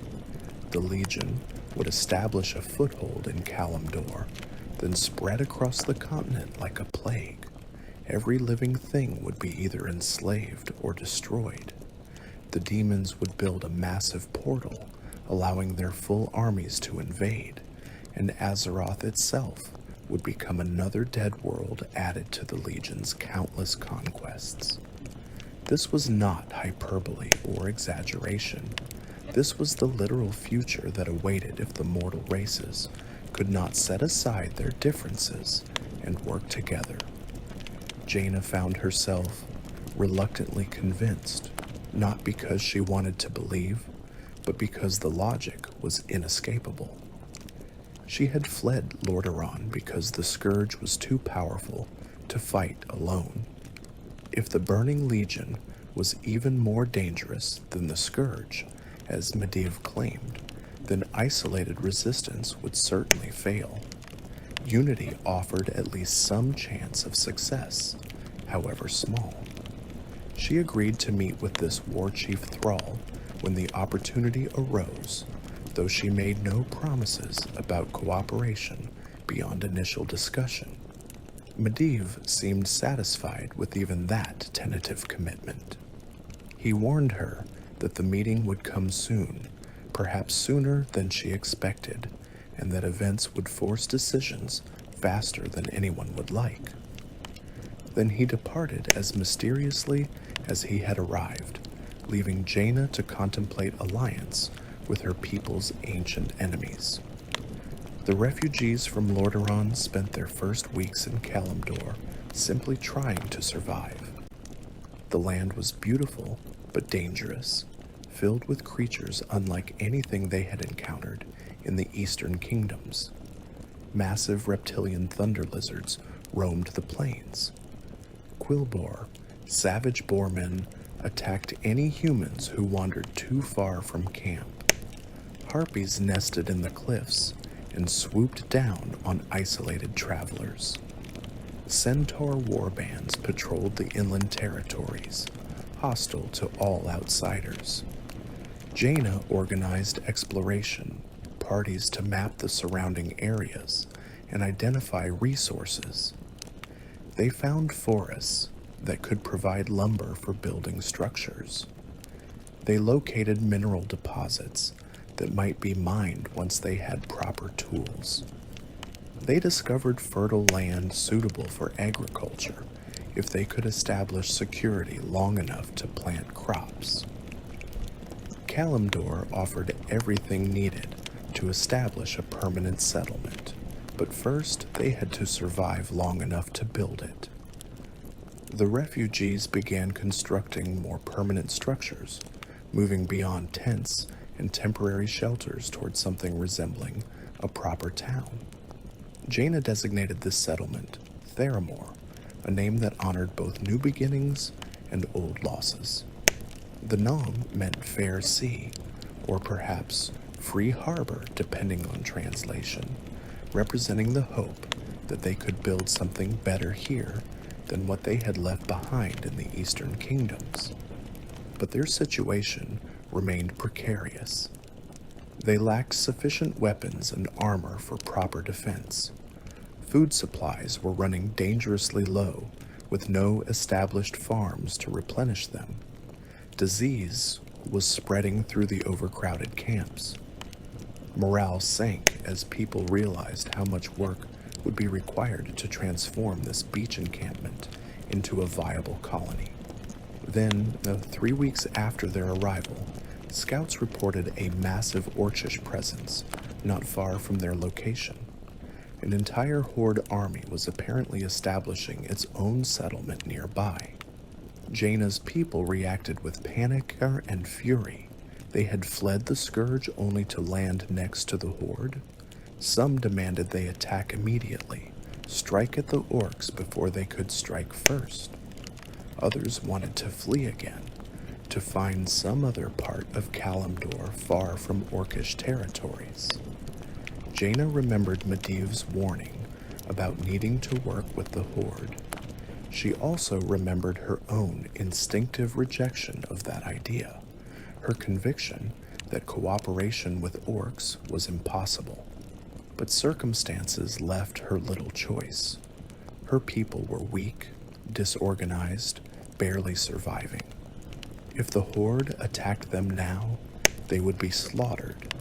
Their only chance was to approach the orcs openly, to attempt communication before violence became inevitable. She selected a small party to accompany her, enough to seem official, but not so many as to appear threatening.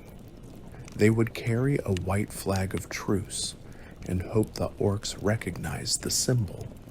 If this went badly, if the orcs killed her delegation, then at least she would die knowing she had tried for peace rather than defaulting to war. That seemed like small comfort, but it was all she had. The encounter between Jaina's delegation and the Horde occurred in a rocky canyon where both groups had been tracking the same dangerous beasts that threatened their respective settlements. Jaina and her people had been pursuing a massive thunder lizard that had attacked their lumber camp. The orcs were hunting what turned out to be the same creature after it had destroyed several of their supply caravans. Both groups spotted each other just as the Thunder Lizard emerged from a cave, roaring its challenge. There was a moment of frozen tension where everyone seemed uncertain whether to fight the monster, fight each other, or flee entirely. Then Menethil appeared. Jaina never did figure out how he kept doing that, and his voice cut through the confusion with simple commands. The human sorceress and the orc war chief would work together to defeat this immediate threat, the prophet declared. Afterward, they would talk about the greater danger facing both their peoples. Arguments and old hatreds could wait until after everyone was no longer in immediate danger of being eaten by a giant lizard. Jaina found herself fighting alongside orcs for the first time in her life. She cast spells that weakened the Thunder Lizard, while Orcish warriors struck it with axes, and Thrall himself wielded shamanic magic to call down lightning on the beast. It was strange watching orcs use magic that seemed somehow cleaner than the warlock sorcery she associated with the Horde from history books. These orcs fought with coordination and discipline, not the mindless savagery she had expected. Together, the combined force brought down the Thunder Lizard. As it collapsed, dying, an awkward silence fell over both groups. Orcs and humans stared at each other across the beast's corpse, neither sure what should happen next. Then Thrall stepped forward, removing his helmet to reveal a face that was surprisingly young for a war chief, and he spoke in surprisingly fluent common rather than the guttural orcish Jaina had been struggling to remember from her studies. He introduced himself properly, explaining that he led a horde very different from the one Jaina knew from history. His people had been enslaved by demons, corrupted and forced to wage wars they never chose. They had broken free from that enslavement and were now trying to build a homeland based on honor, on living in balance with the land and the spirits, on being worthy of the second chance they had been given. He understood why humans hated orcs. His people had done terrible things while under demonic influence, but he asked for a chance to prove that they could be different, that orcs and humans might find common ground if both sides were willing to try. Jaina listened to this speech with deep skepticism. She had heard many fine-sounding promises in her life, and experience had taught her that words came easy while actions revealed the truth. But Thrall's sincerity was difficult to dismiss. This was not a war chief making empty propaganda for political advantage. This was a young leader genuinely trying to guide his people towards something better than they had known before. Moreover, Medivh's presence and his insistence that cooperation was necessary weighted Jaina's decision. The prophet had been right about everything so far, about the plague, about Dalaran's fall, about the need to flee to Kalimdor. If he said alliance with the Horde was required for survival, that probably needed to be taken seriously, regardless of how distasteful it seemed. She agreed to talk, to meet in neutral territory, and discuss the possibility of cooperation. No promises of alliance, no commitments beyond conversation.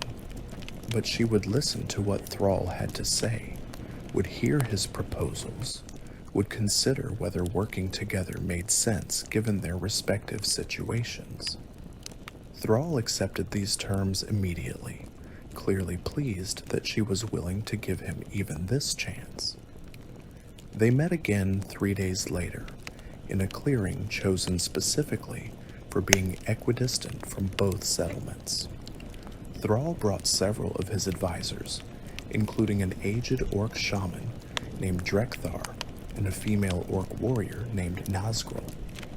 Jaina brought her own advisors, mostly human soldiers, and the few other mages who had survived the journey from Lordaeron.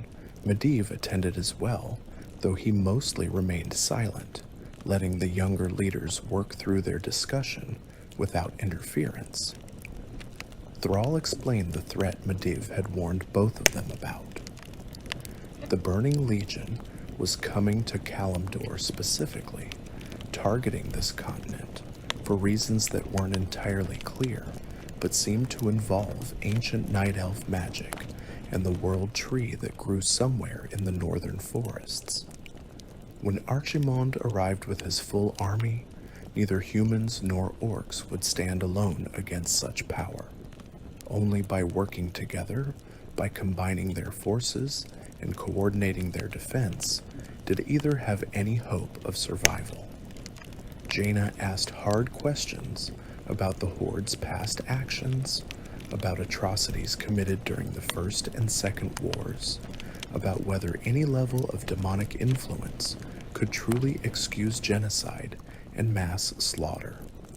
Thrall didn't make excuses or try to minimize what his people had done.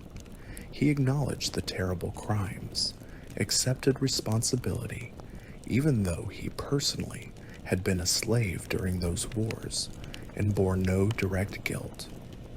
He simply asked that his people not be judged solely by their worst moments while under demonic corruption. The conversation lasted hours, both leaders feeling each other out, testing sincerity, looking for hidden agendas or ulterior motives. Gradually, tentative trust began to develop. They agreed to establish regular communication, to coordinate patrols so neither side's hunters accidentally sparked conflict, to trade resources where mutually beneficial. These were small steps, not full alliance, but they were steps toward cooperation rather than inevitable war. Over the following weeks, that cooperation deepened as circumstances forced continued interaction. A massive Quilboar army threatened both settlements, requiring joint military action to repel. Horde shamans helped Jaina's people locate fresh water sources and establish more permanent camps. Human engineers shared construction techniques that made Orcish buildings more stable. Slowly, hesitantly, ancient enemies began learning to work together because the alternative was death. The alliance between Jaina's refugees and Thrall's horde was tested severely when word came that another Orcish faction had arrived in Kalimdor. Grommash Hellscream, legendary warrior and chieftain of the Warsong clan, had traveled to this continent separately and had immediately begun establishing territory through violence. His warriors had attacked the native night elves, clear-cutting forests and killing anyone who tried to stop them. Worse, reports indicated Grom had encountered the night elf demigod Cenarius himself and had been losing badly. In desperation, Grom had drunk from a corrupted fountain that proved to contain demon blood, specifically blood from Manaroth the Destructor, one of the Burning Legion's most powerful commanders. The blood granted Grom tremendous strength, enough to kill even Cenarius, but it also re-enslaved the Warsong orcs to demonic influence they had supposedly broken free from. Thrall was devastated by this news. Grom Hellscream had been one of the first to embrace freedom from the demons, one of the strongest voices advocating for the Horde's redemption.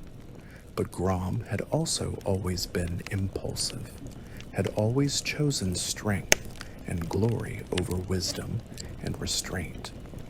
His decision to drink demon blood again betrayed everything Thrall had been trying to build, threatened to prove to the world that orcs could never truly change.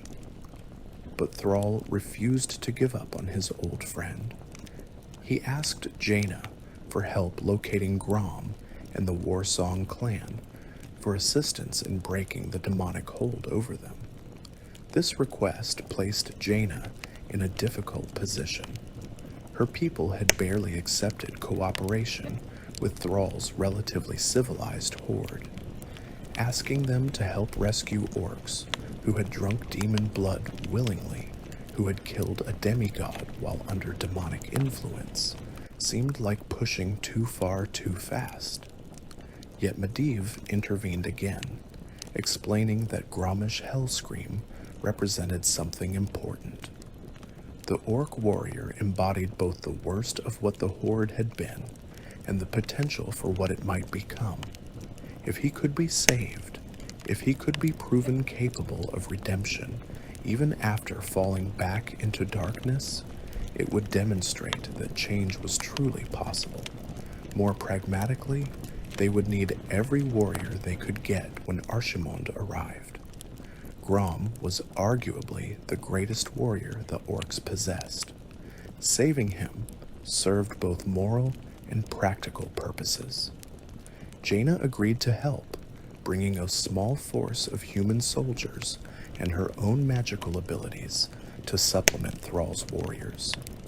Together, they tracked the Warsong clan to a corrupted forest where demonic energies had transformed the landscape into something nightmarish. The very trees seemed diseased, their bark oozing green corruption. The wildlife had been twisted into monstrous forms. The air itself felt thick with malevolence. They fought through fell, orcs, warriors fully consumed by demonic corruption, and lesser demons that had gathered around the Warsong camp. Jaina used magic to cleanse some of the corruption, creating safe paths through toxic areas. Thrall's shamans called on elemental spirits to counter the demonic energies. Human soldiers and orcish warriors fought side by side, covering each other's weaknesses and combining their strengths. At the corrupted fountain, where Grom had first drunk the demon blood, they discovered the source of the problem. Manaroth himself had been waiting here, had deliberately left his blood accessible, knowing that desperate orcs might drink it. The Pit Lord laughed at their arrival, mocked them for thinking they could break his hold over the Warsong. Grom and his warriors served the Legion now, Manaroth declared, and nothing could change that. But Thrall refused to believe this.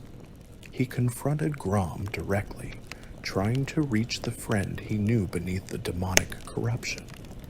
He spoke of freedom, of honor, of the future they had imagined for their people. He reminded Grom of everything they had fought for, everything they had sacrificed to break free from the demon's control. His words seemed to reach something in Grom, seemed to pierce through the red haze of blood rage and demonic influence. Grommash Hellscream turned on Manaroth in a moment of clarity, attacking the Pit Lord with all his legendary fury. The battle was brief, but incredibly violent, two beings of immense power trying to destroy each other. Grom's axe, Gorehowl, carved deep wounds in Manaroth's hide. The Pit Lord's claws tore through Grom's armor, inflicting injuries that would have killed most warriors instantly. In the end, Grom landed a killing blow that split Manaroth nearly in half. But the Pit Lord's death came with a cost. As Manaroth died, his corpse exploded with demonic energies that washed over everyone nearby. The blast purged the blood curse from every orc who had drunk from the fountain, breaking the Legion's control permanently. But it also mortally wounded Grom, burning away his life even as it freed his spirit.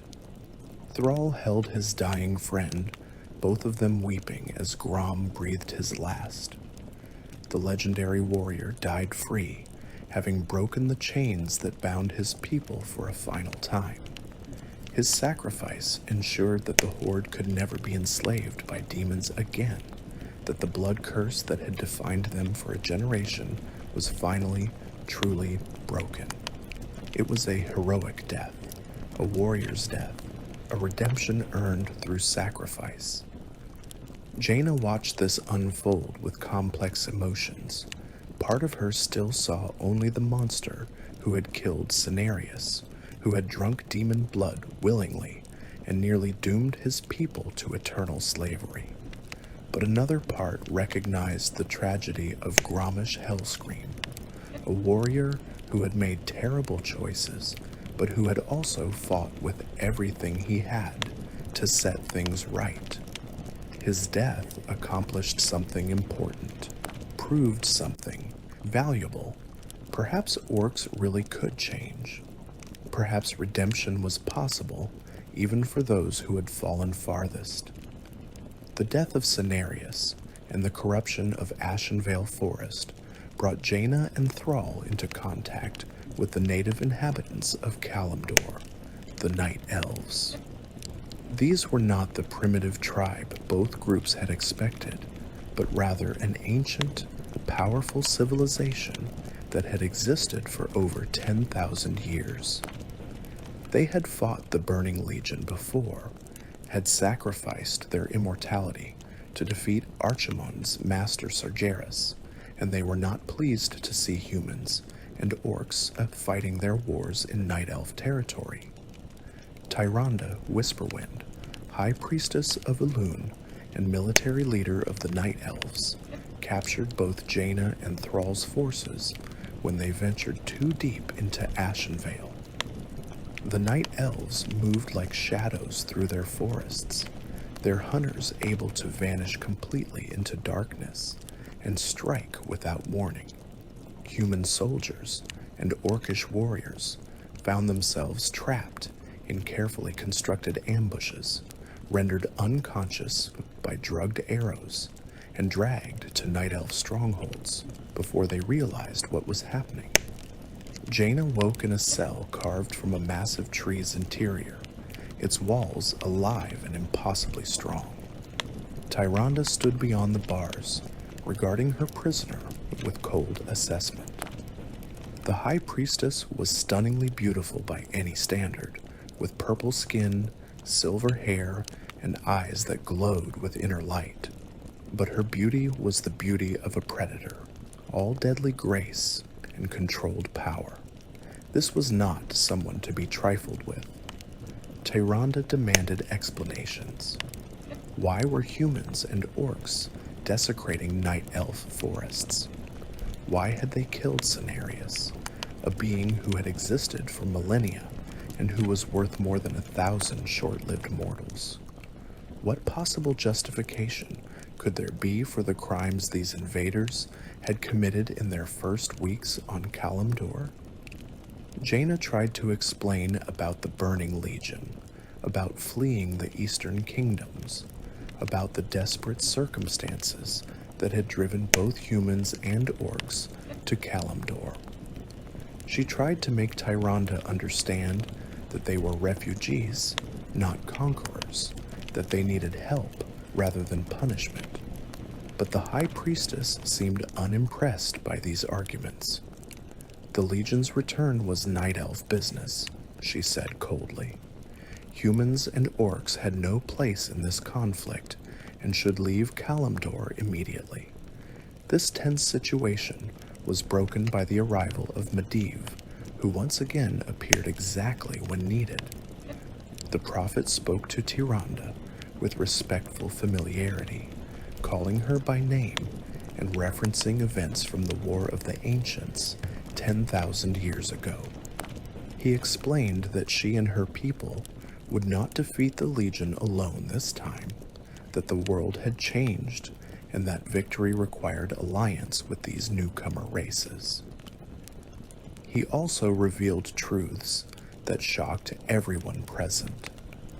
Medivh was the son of Egwin, the last guardian, and he had been possessed by Sargeras himself for most of his life. He bore responsibility for much of what had gone wrong in recent years, for the opening of the dark portal that had brought the Horde to Azeroth initially for the conflicts that had devastated the Eastern Kingdoms.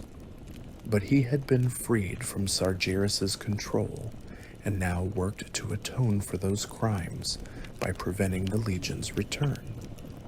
More immediately relevant, Medivh warned that Archimond was already on Azeroth, that his army was marching toward Mount Hyjal and the World Tree Nordrassil. The Night Elves' sacred tree was the Legion's primary target. If it fell, if Archimond corrupted or destroyed it, the resulting magical catastrophe would devastate Kalimdor. Every living thing on the continent would die, and the Legion would use this foothold to spread across Azeroth completely. Tyrande listened to these warnings with visible reluctance. She did not want to believe that her people needed help from lesser races, that the Night Elves who had fought the Legion 10 millennia ago now required assistance from humans and orcs who had barely survived a few months on Kalimdor. But she was also pragmatic enough to recognize truth when she heard it. If Medivh was right, and his knowledge of ancient history suggested he was, then pride would kill them all. She agreed to an alliance, though her terms were strict. Humans and orcs would fight under Night Elf strategic direction. They would respect Night Elf territories and sacred sites. After the Legion was defeated, assuming they all survived, discussions would be held about whether the newcomers could remain on Kalimdor or whether they should return to the Eastern Kingdoms. Jaina and Thrall accepted these terms immediately, knowing they had little choice and grateful for any cooperation from such powerful potential allies. The combined forces of Night Elves, humans, and orcs marched toward Mount Hyjal, racing to reach the World Tree before Archimond's army overwhelmed it. They knew this would be the decisive battle of the entire war. If they won here, the Legion's invasion would be broken and Azeroth might survive. If they lost, everything ended. The journey itself proved challenging. Archimond's forces already controlled much of the territory between their starting positions in Mount Hyjal. The allies fought running battles against demonic armies, delaying actions meant to slow the Legion's advance while buying time for Malfurion Stormrage to complete his preparations at Hyjal itself. Jaina commanded the human forces, which had grown significantly since first landing on Kalimdor. Refugees from other areas had joined her original group, along with survivors from various conflicts across the continent. She had perhaps 2,000 soldiers now, a mix of trained warriors and desperate civilians armed with whatever weapons they could find. Not a large force by conventional standards, but every sword mattered in a battle like this. Thrall led the Orcish contingent, warriors from multiple clans who had come together under his leadership. The Horde fought with disciplined ferocity, their warriors enhanced by shamanic magic and driven by determination to prove themselves worthy of redemption. They had broken free from the demons who enslaved them once before. They would die before allowing the Legion to chain them again. Tyrande commanded the Night Elf forces, which included both Sentinel warriors, and the Druids Malfurion had awakened from their centuries-long slumber in the Emerald Dream. The Night Elves brought ancient knowledge and powerful magic to the Alliance, along with intimate familiarity with the terrain they fought across. Their hunters moved invisibly through forests, striking demons from ambush and vanishing before retaliation could arrive. The plan was audacious and desperate in equal measure. They would establish 3 defensive lines on the slopes of Mount Hyjal, creating a gauntlet that Archimonde's army would have to fight through to reach the summit. Each defensive line would fight as long as possible before falling back to the next position, buying time with blood and sacrifice. Meanwhile, at the summit, Malfurion and the Night Elf druids would channel the power of Nordrassil itself, calling on the blessings the dragon aspects had placed upon the world tree thousands of years ago. Jaina's human forces held the first defensive line, a hastily constructed fortification across the only approach large enough for army-scale movement. They knew they couldn't hold indefinitely against the Legion's numbers, but they didn't need to. They just needed to delay, to make the demons pay for every foot of ground, to buy precious time for the plan to unfold. The Legion hit their position like a hammer striking an anvil. Demons of every description threw themselves at the human defenses, slavering fellhounds that tore through armor with demonic claws, hulking infernals that crashed down from the sky, cackling imps that hurled fell magic, and towering doom guards that commanded lesser demons with cruel efficiency. Behind them all came dreadlords, the vampire-like commanders who had orchestrated so much of the Scourge's campaign in Lordaeron. Jaina stood in the center of the defensive line, wielding magic of devastating power. She had grown exponentially stronger since her days as Antonidas' student, her abilities honed by months of constant crisis and survival. Waves of frost and fire erupted from her hands, flash-freezing demons or immolating them where they stood.